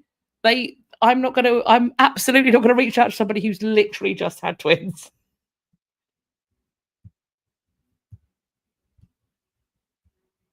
Yes, I follow him as well. Okay, I'm gonna look into it. Fab. Okay. Illustrations of Rudyard Kipling's The Jungle Book characters commissioned 122 years ago are going up for auction. The Potter's auctioneer are going to start taking bids on 16 illustrations that form this collection in their sale room, which is near Scunthorpe. The current owner found the watercolours in a Hastings junk shop about 50 years ago. Macmillan Publishers commissioned the folio in 1903 and published the illustrations alongside the stories 5 years later. Just 500 of the folios were produced, and that was for both Britain and America. Many of the folios, drawn by illustrators Maurice and Edward Detmold, have since been broken up so the pages can be framed individually, meaning that surviving complete folios are incredibly rare.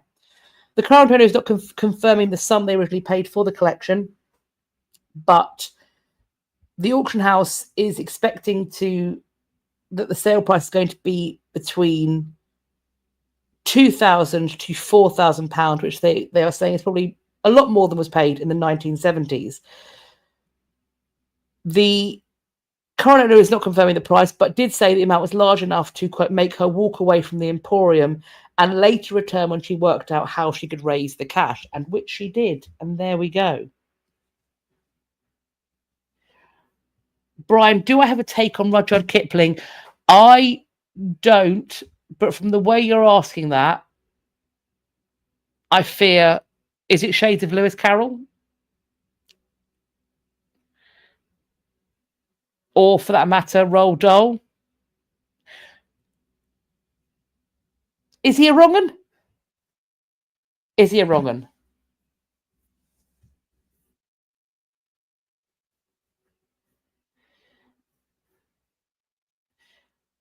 Oh, is that him? See, let's remember, I mostly live in the 1500s. So I was unaware. Gross. That's my take. Yuck. Another auction. Look at this tiara. This went on auction at Bonhams. This is a Cartier tiara, once owned by the former MP for Plymouth, Nancy Astor. It was expected to fetch about £400,000. Instead, it went for £890,000. So it's not just the housing market that is obnoxious. It's also apparently the heritage heirloom market. Juicy. Now that is a tiara, correct. It also looks like you could put it on the front of a helmet and ride a chariot at some Romans, which I enjoy. So Nancy Astor was elected in 1919 to represent Plymouth Sutton in Parliament, and she held that seat until she stood down in 1945. I'm not sure that she ever wore the tiara to Parliament, but if she didn't, missing a trick. Bonham said it's the first time the tiara had been on the market since it was bought by her husband, Lord Wardolph Astor, in 1930. The rich history, combined with the Cartier name and its rare and unique design, made this piece irresistible for collectors. The auction house representative said it's been an absolute joy to see our clients marvel at it during viewings. There's something truly evocative about it. I hear jazz music when I look at it. It's impossibly chic.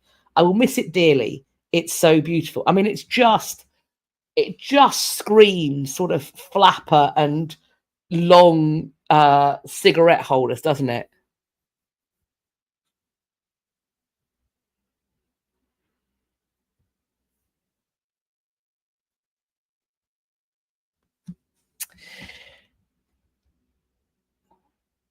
"33 bodies have been uncovered in a mass grave in Greece. Workers installing benches at a park in the ancient Greek port of Thessaloniki found these bodies. They then turned off their equipment and went set to work with pickaxes and shovels. They found 2 skeletons, then more. A total of 33 sets of human remains were found. These individuals, they could see, had been killed by being shot in the head. So this is relating to the Civil War. For families of pro-communist Greeks, the find in the Park of National Resistance is reviving a wartime legacy kept dormant to avoid reigniting old animosities. The small site has become Greece's first Civil War mass grave to be exhumed. Government forces executed 19-year-old Agapos Sanchinis after he refused to sign a declaration renouncing his political beliefs. These are not simple matters, his namesake nephew said during a recent visit to the site. It's about carrying inside you not just courage, but values and dignity you won't compromise, not even to save your own life. If his uncle's remains are identified, he said he will cremate them and keep the ashes at his home. He wants him close with him, at least while he's alive. Executions by army firing squads extended into the 1950s and were publicly announced, but graves were unmarked and secret. Author and historian Spyros Kouzanopoulos, a Thessaloniki native, spent decades researching the executions at Yedi Kul, including the indignities endured by prisoners in their final hours. This may be triggering for some, so I'm going to put my hand up now, and I'll put my hand up again when I finish reading it if you need to mute this video. After a military tribunal issued a death sentence, the chief guard would take the condemned prisoner to solitary confinement in tiny cells barely big enough to stand. Many would use their last hours to write letters to their families. At dawn, the chief guard and 2 others would retrieve the prisoner and hand them over to the firing squad. Most were loaded onto trucks to avoid attracting public attention. Sometimes they were led to their death on foot. Most of the victims were barely adults. Youth Kouzanopoulos called flowers of their generation. 2 17-year-old schoolgirls were executed while wearing their uniforms. City officials are taking steps to conduct DNA testing on the remains and urging families of the missing to submit genetic material. That way, bodies can be identified and returned to relatives. The mayor has ordered an expansion of the dig to other parts of the park in the coming weeks. We must send a message, he said, never again. Okay, now that bit is all over and done with. So if you can now unmute.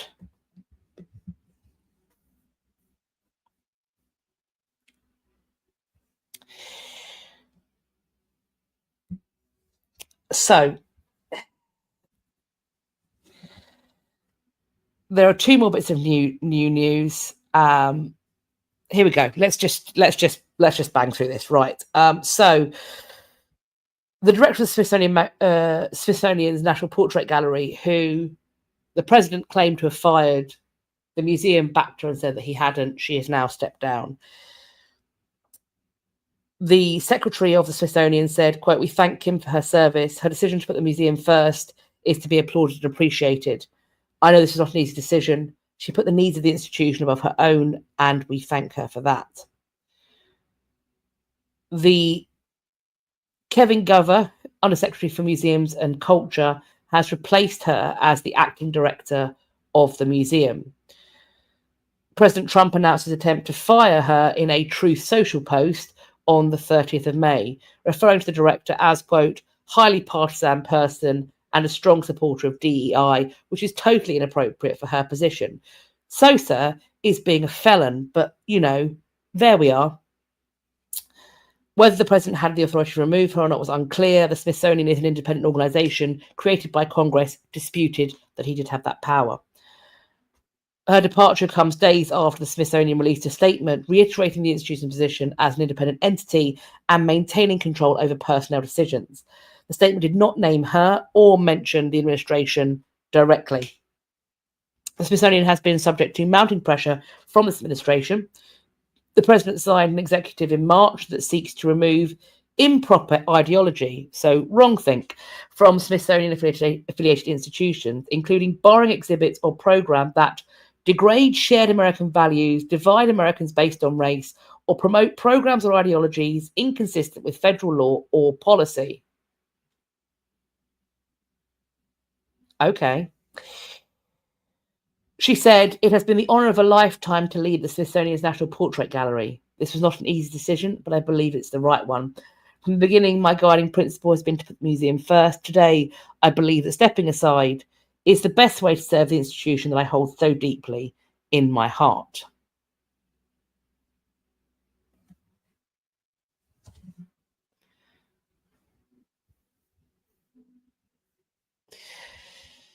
Lily, Americans are flooding the snitch lines with BS reports. Good.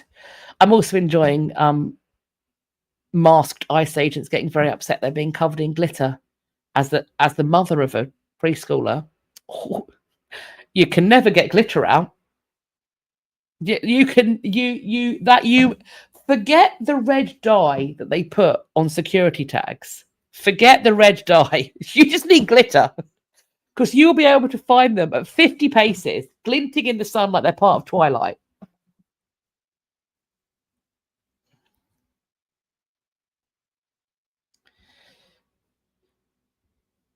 Make sure you are staying safe. Comply, but if possible, friends, do comply maliciously. Our last piece of new news: a climate activist throws bright pink paint on a glass covering a Picasso painting in Montreal. This is a climate action event, to an attempt to combat or get people to combat climate change. The individual who did so said, quote, "There are more than 200 wildfires in Canada at the moment, 83 of which are not protected and are out of control. There are too many problems here. There are people who are dying. If Canada doesn't do much, we will soon be dying." He said, "I am not attacking art, nor am I destroying it. I am protecting it. Art, at its core, is depictions of life. It's for the living. It's by the living for the living. There is no art on a dead planet. Look, whenever we've talked about climate activists splashing paint on or powder on paintings or other heritage sites, one thing that I've seen consistently is that it always happens to works that are behind protective glass, or the substances used are easily removable. I have yet, correct me if I'm wrong, I have yet to see one of these actions, shall we call them, occur and create lasting, expensive damage.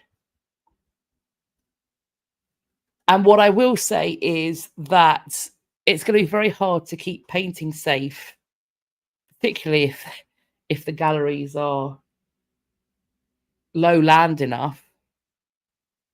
It's going to be very hard to keep these artworks safe if sea levels rise. I mean, what's a bit of pink paint when it could be underwater? I don't know. I don't know what the right answer is. I do know that in the history of activism, the successful... I don't know why they're successful. I can't say why they're successful. And maybe women would have got the vote. There would have been equal franchise just on the basis of the suffragists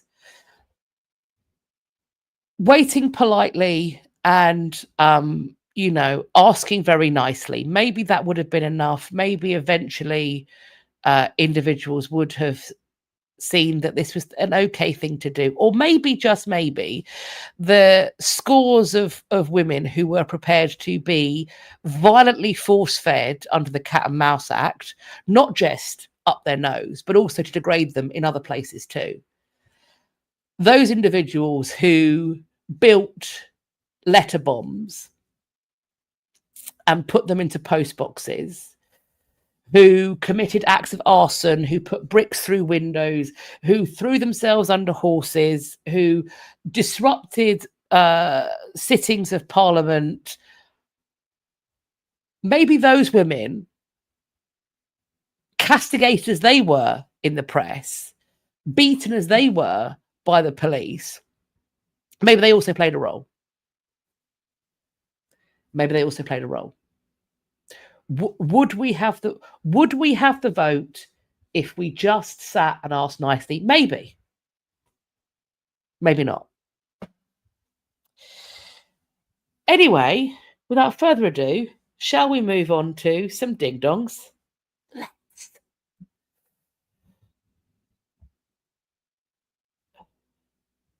A German tourist carrying an ancient Roman artifact on an e-scooter has been chased by the Italian police. This is a weird version of the Italian job, babe. The Lime bike has replaced the Mini Cooper, it seems. So you can see some absolute Michelin-starred genius has popped this on the scooter. They chased down a German tourist after spotting him transporting an ancient Roman artifact on a rented e-scooter. The tourist was 24, and he was spotted zipping down the Via Veneto near the US Embassy with this 30 kilogram or 66 pounds of marble. It's the base of an ancient column between its feet. The archaeological superintendent described this piece as being of historic interest. He told them he'd obtained it as a souvenir, but it was unclear if he'd paid someone for it. He's under investigation for receiving stolen goods. The artifact is being studied to try and figure out where he's taken it from. If there's an update, this is wild. This is wild. Tea Lady Whimsy, how drunk was he? It doesn't claim that he was drunk. So, Leona, it seems that the defence he was going for is the same defence that the Parthenon marbles go under. I bought it fair and square, Governor, off a man down the back of the bar.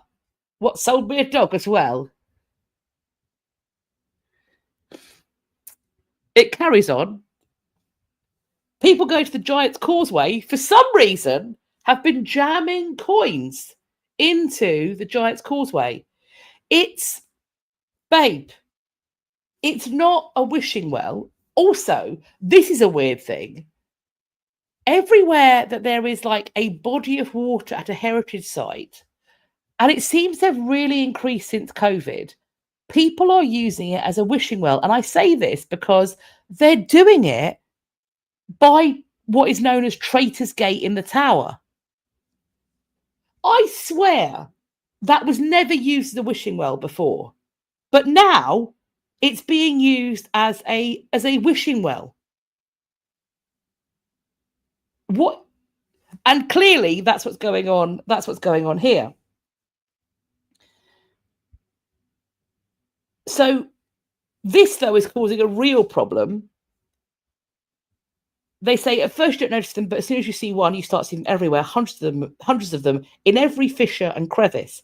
Coins inserted into the tiny gaps between one of Northern Ireland's most famous and photographed natural resources, the basalt columns of the Giant's Causeway. And then, yeah, you can see them. They're just all in there. The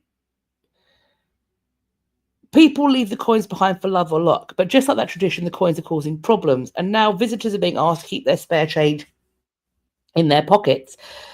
In the same way, in Paris, it's now been illegal to attach a padlock after part of the bridge, the Love Bridge, collapsed in 2014. At the Giant's Causeway, the practice started years ago.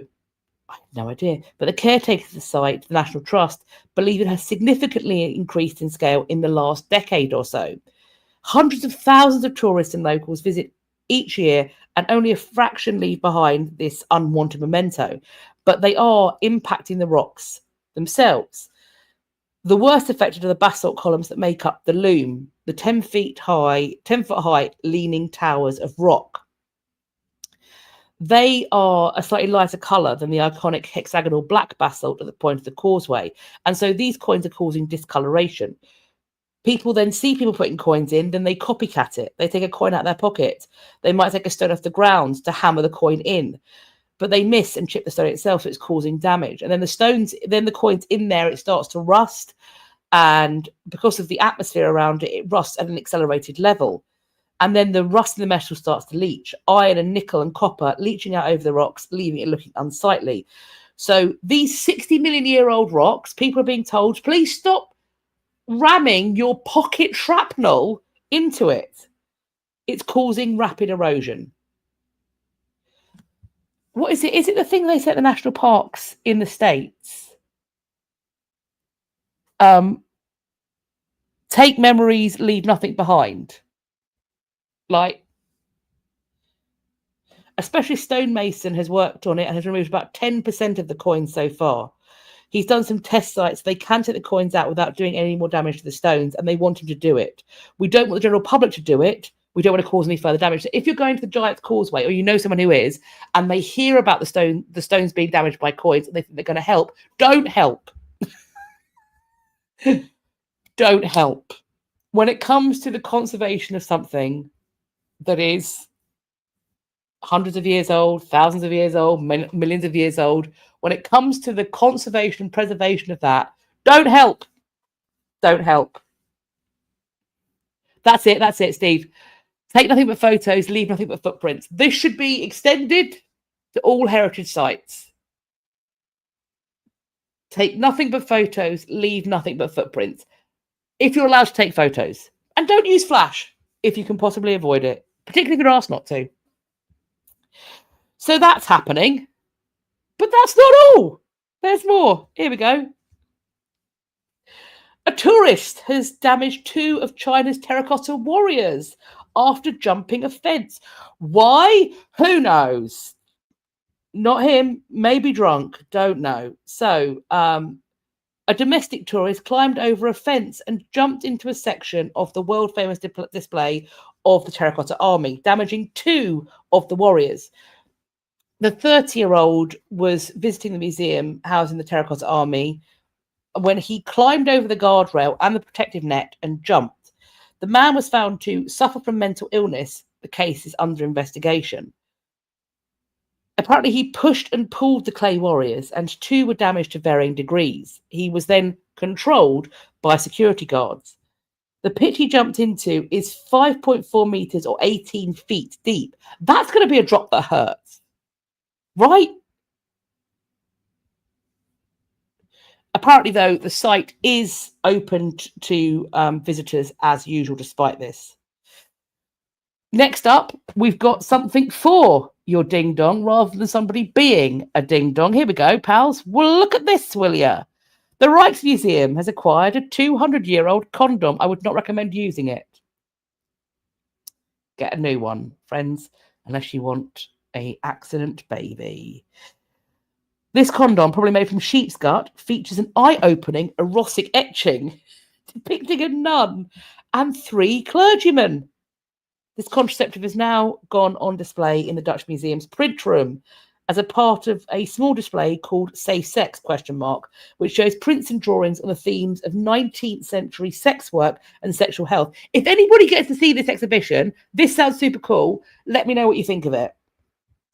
We suspect it's more of a luxury brothel souvenir than an actual condom for use. In the 1830s, when this condom was made, the use of condoms was still frowned upon, especially by the church. Still is, though, right? Or is it? What's the new one? This was bought by the museum in November 2024. They paid €1,000 for it. It was acquired with the support of the F.G. Waller Fund, which is a long-standing fund set up in 1938 to help the museum acquire prints in honour of the art historian and print expert Francois Gerard Waller. This is the first example of a Rijksmuseum print on a condom, and it's the second known surviving example of an object of its kind. It now joins the 750,000 prints, drawings, and photographs in this museum's collection. I wish I could get a proper... So what you're seeing here, you can't really see it in the photograph, unfortunately, but there is a description. You have a nun seated with her legs apart in front of 3 clergymen. She is pointing her finger at one of them. The men are standing and they hold their robes up to display their state of sexual arousal. There is an inscription, "Voilà mon choix," meaning "this is my choice." It makes the print a parody of both celibacy and the Judgment of Paris from Greek mythology.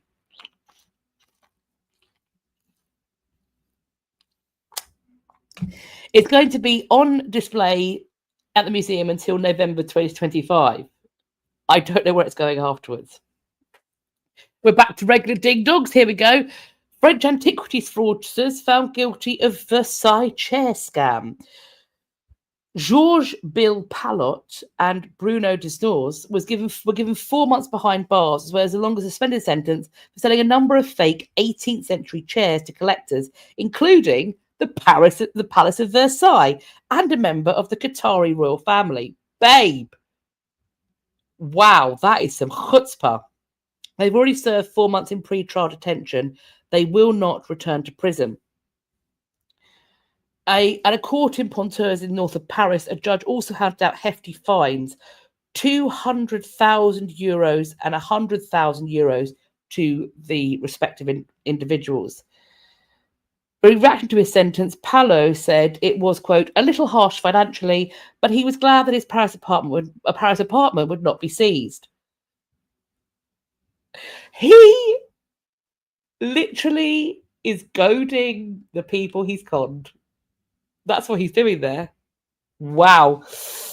At the height of his career, he was considered the top scholar on French 18th century chairs, having written the authoritative book on the subject. He was also a lecturer at the Sorbonne in Paris, with access to Versailles Palace historical records, including inventories of royal furniture which had existed at the palace in the 18th century.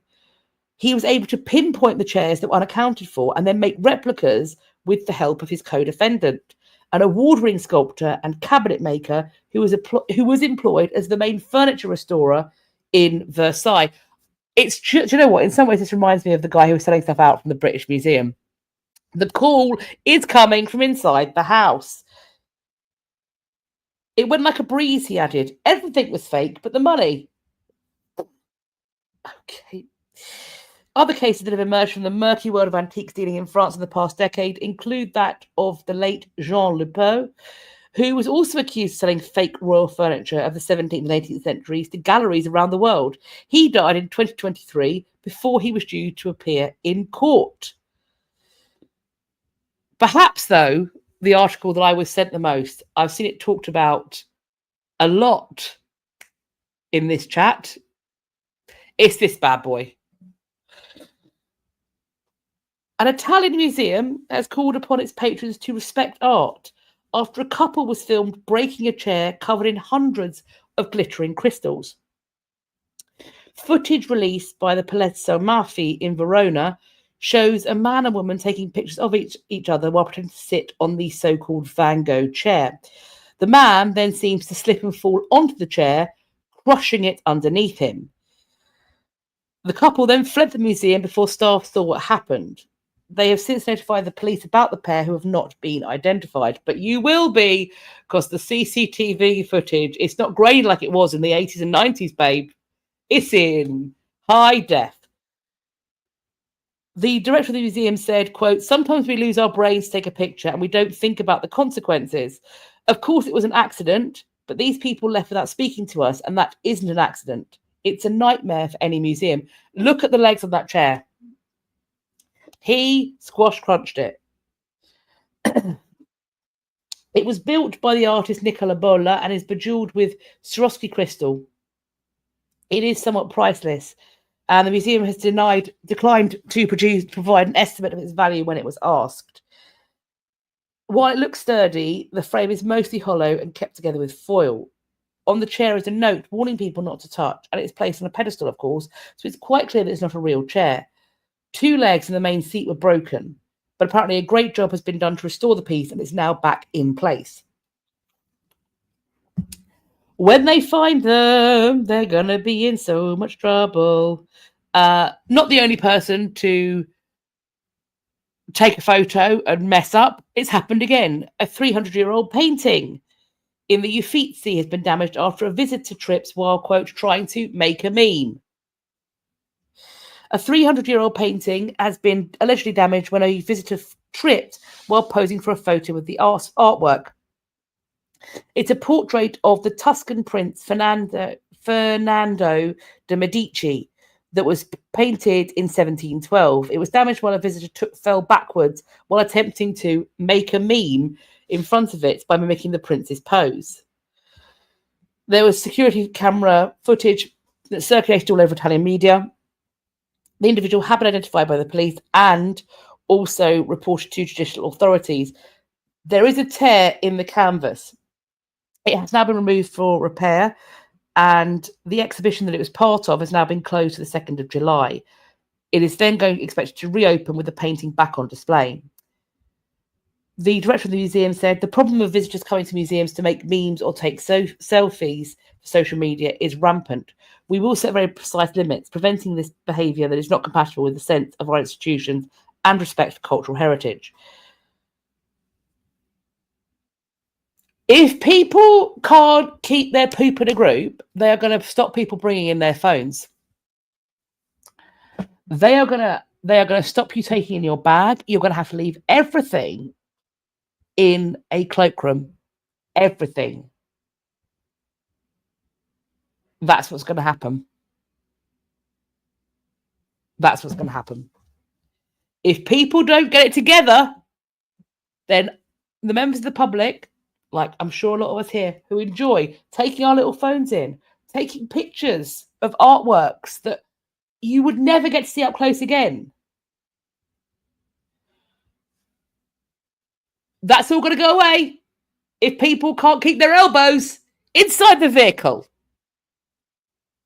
Keep your children on a leash.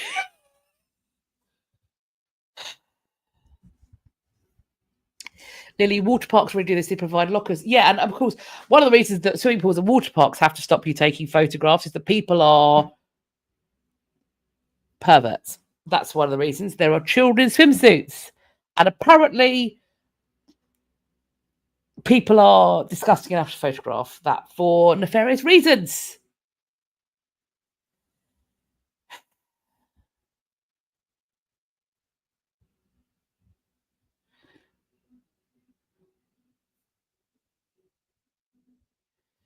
Yeah, of course. Then people will blame the museum for wanting money for pictures of the art. Yeah. Look, when you go into one of the reading rooms, and I know it's separate because it's a reading room. If you go into a reading room in the British Museum, you have to put all of your stuff away. You take in a clear plastic bag, your laptop. Everything has to be visible. If you take in a notebook, that's fine. You can only take in pencil, only. When you leave, you are asked to take your laptop out, open up your laptop. They will flick through your notebook. And that happened because however many years ago, a guy went in there with wet string, and took out pages from priceless manuscripts, maps, illuminated pages, stole them, put them in his laptop, and left and sold them on.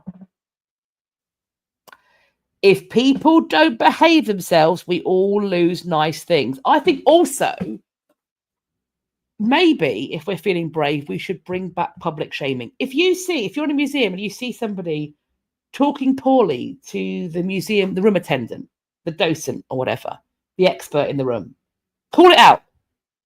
If somebody is getting too close to paintings, call it out. Bring back public shaming. Bring back public shaming.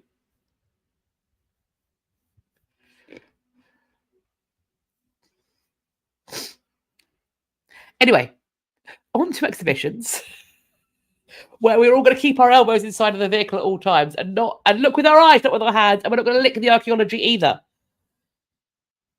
The British Museum. Now, look, I'm going to level with you. I think I made it very clear that I don't love the way the British Museum is conducting itself. This is a paid exhibition. Going to this is putting your money into the pocket of an institution that has seemingly no interest in engaging with conversations, respectful conversations about repatriation. So do with that what you will.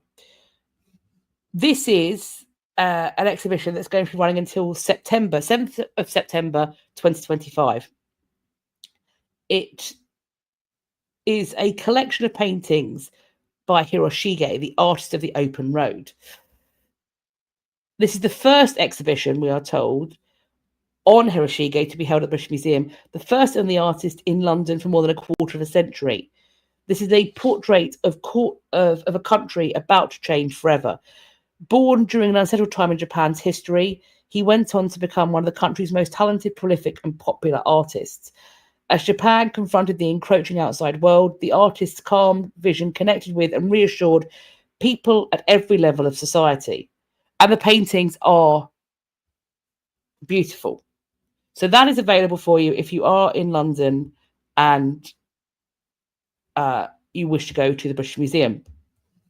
We have recently, of course, opened V&A East in London, and this is a new kind of museum, and I haven't been to check it out yet, but I do want to go. This is the V&A East storehouse, and there is a whole collection of things that you can do during the visit.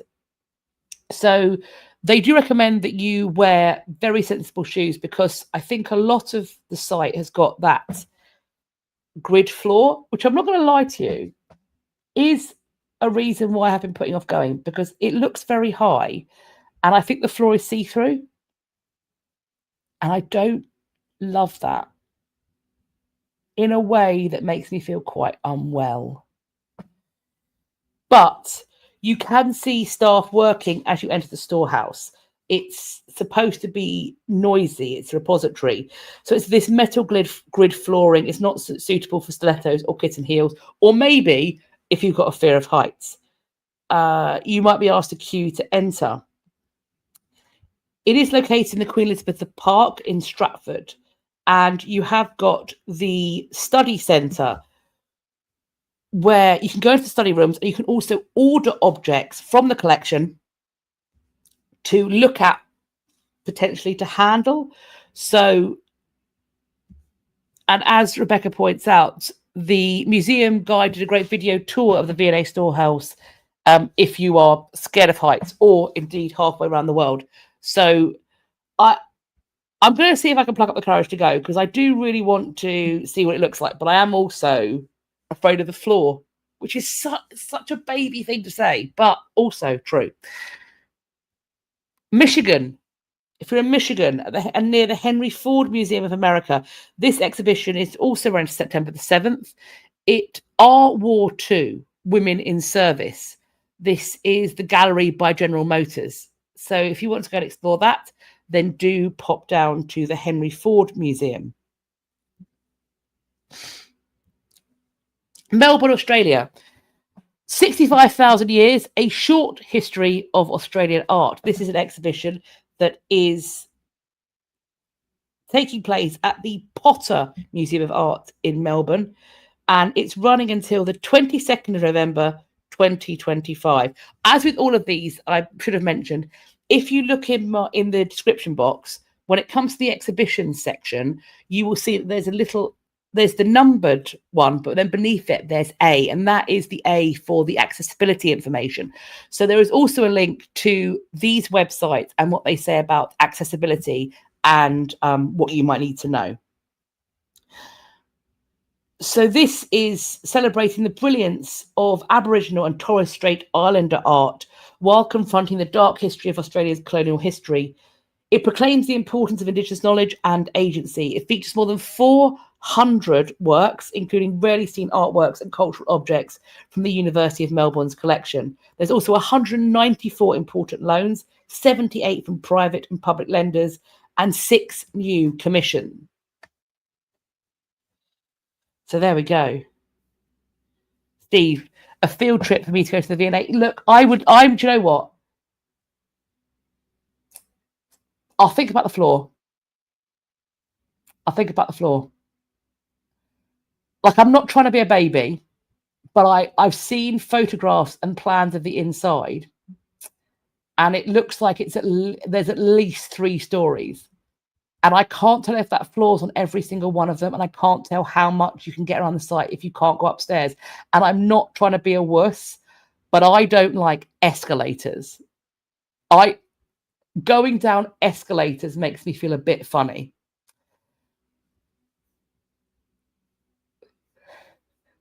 It's easy to say don't look down.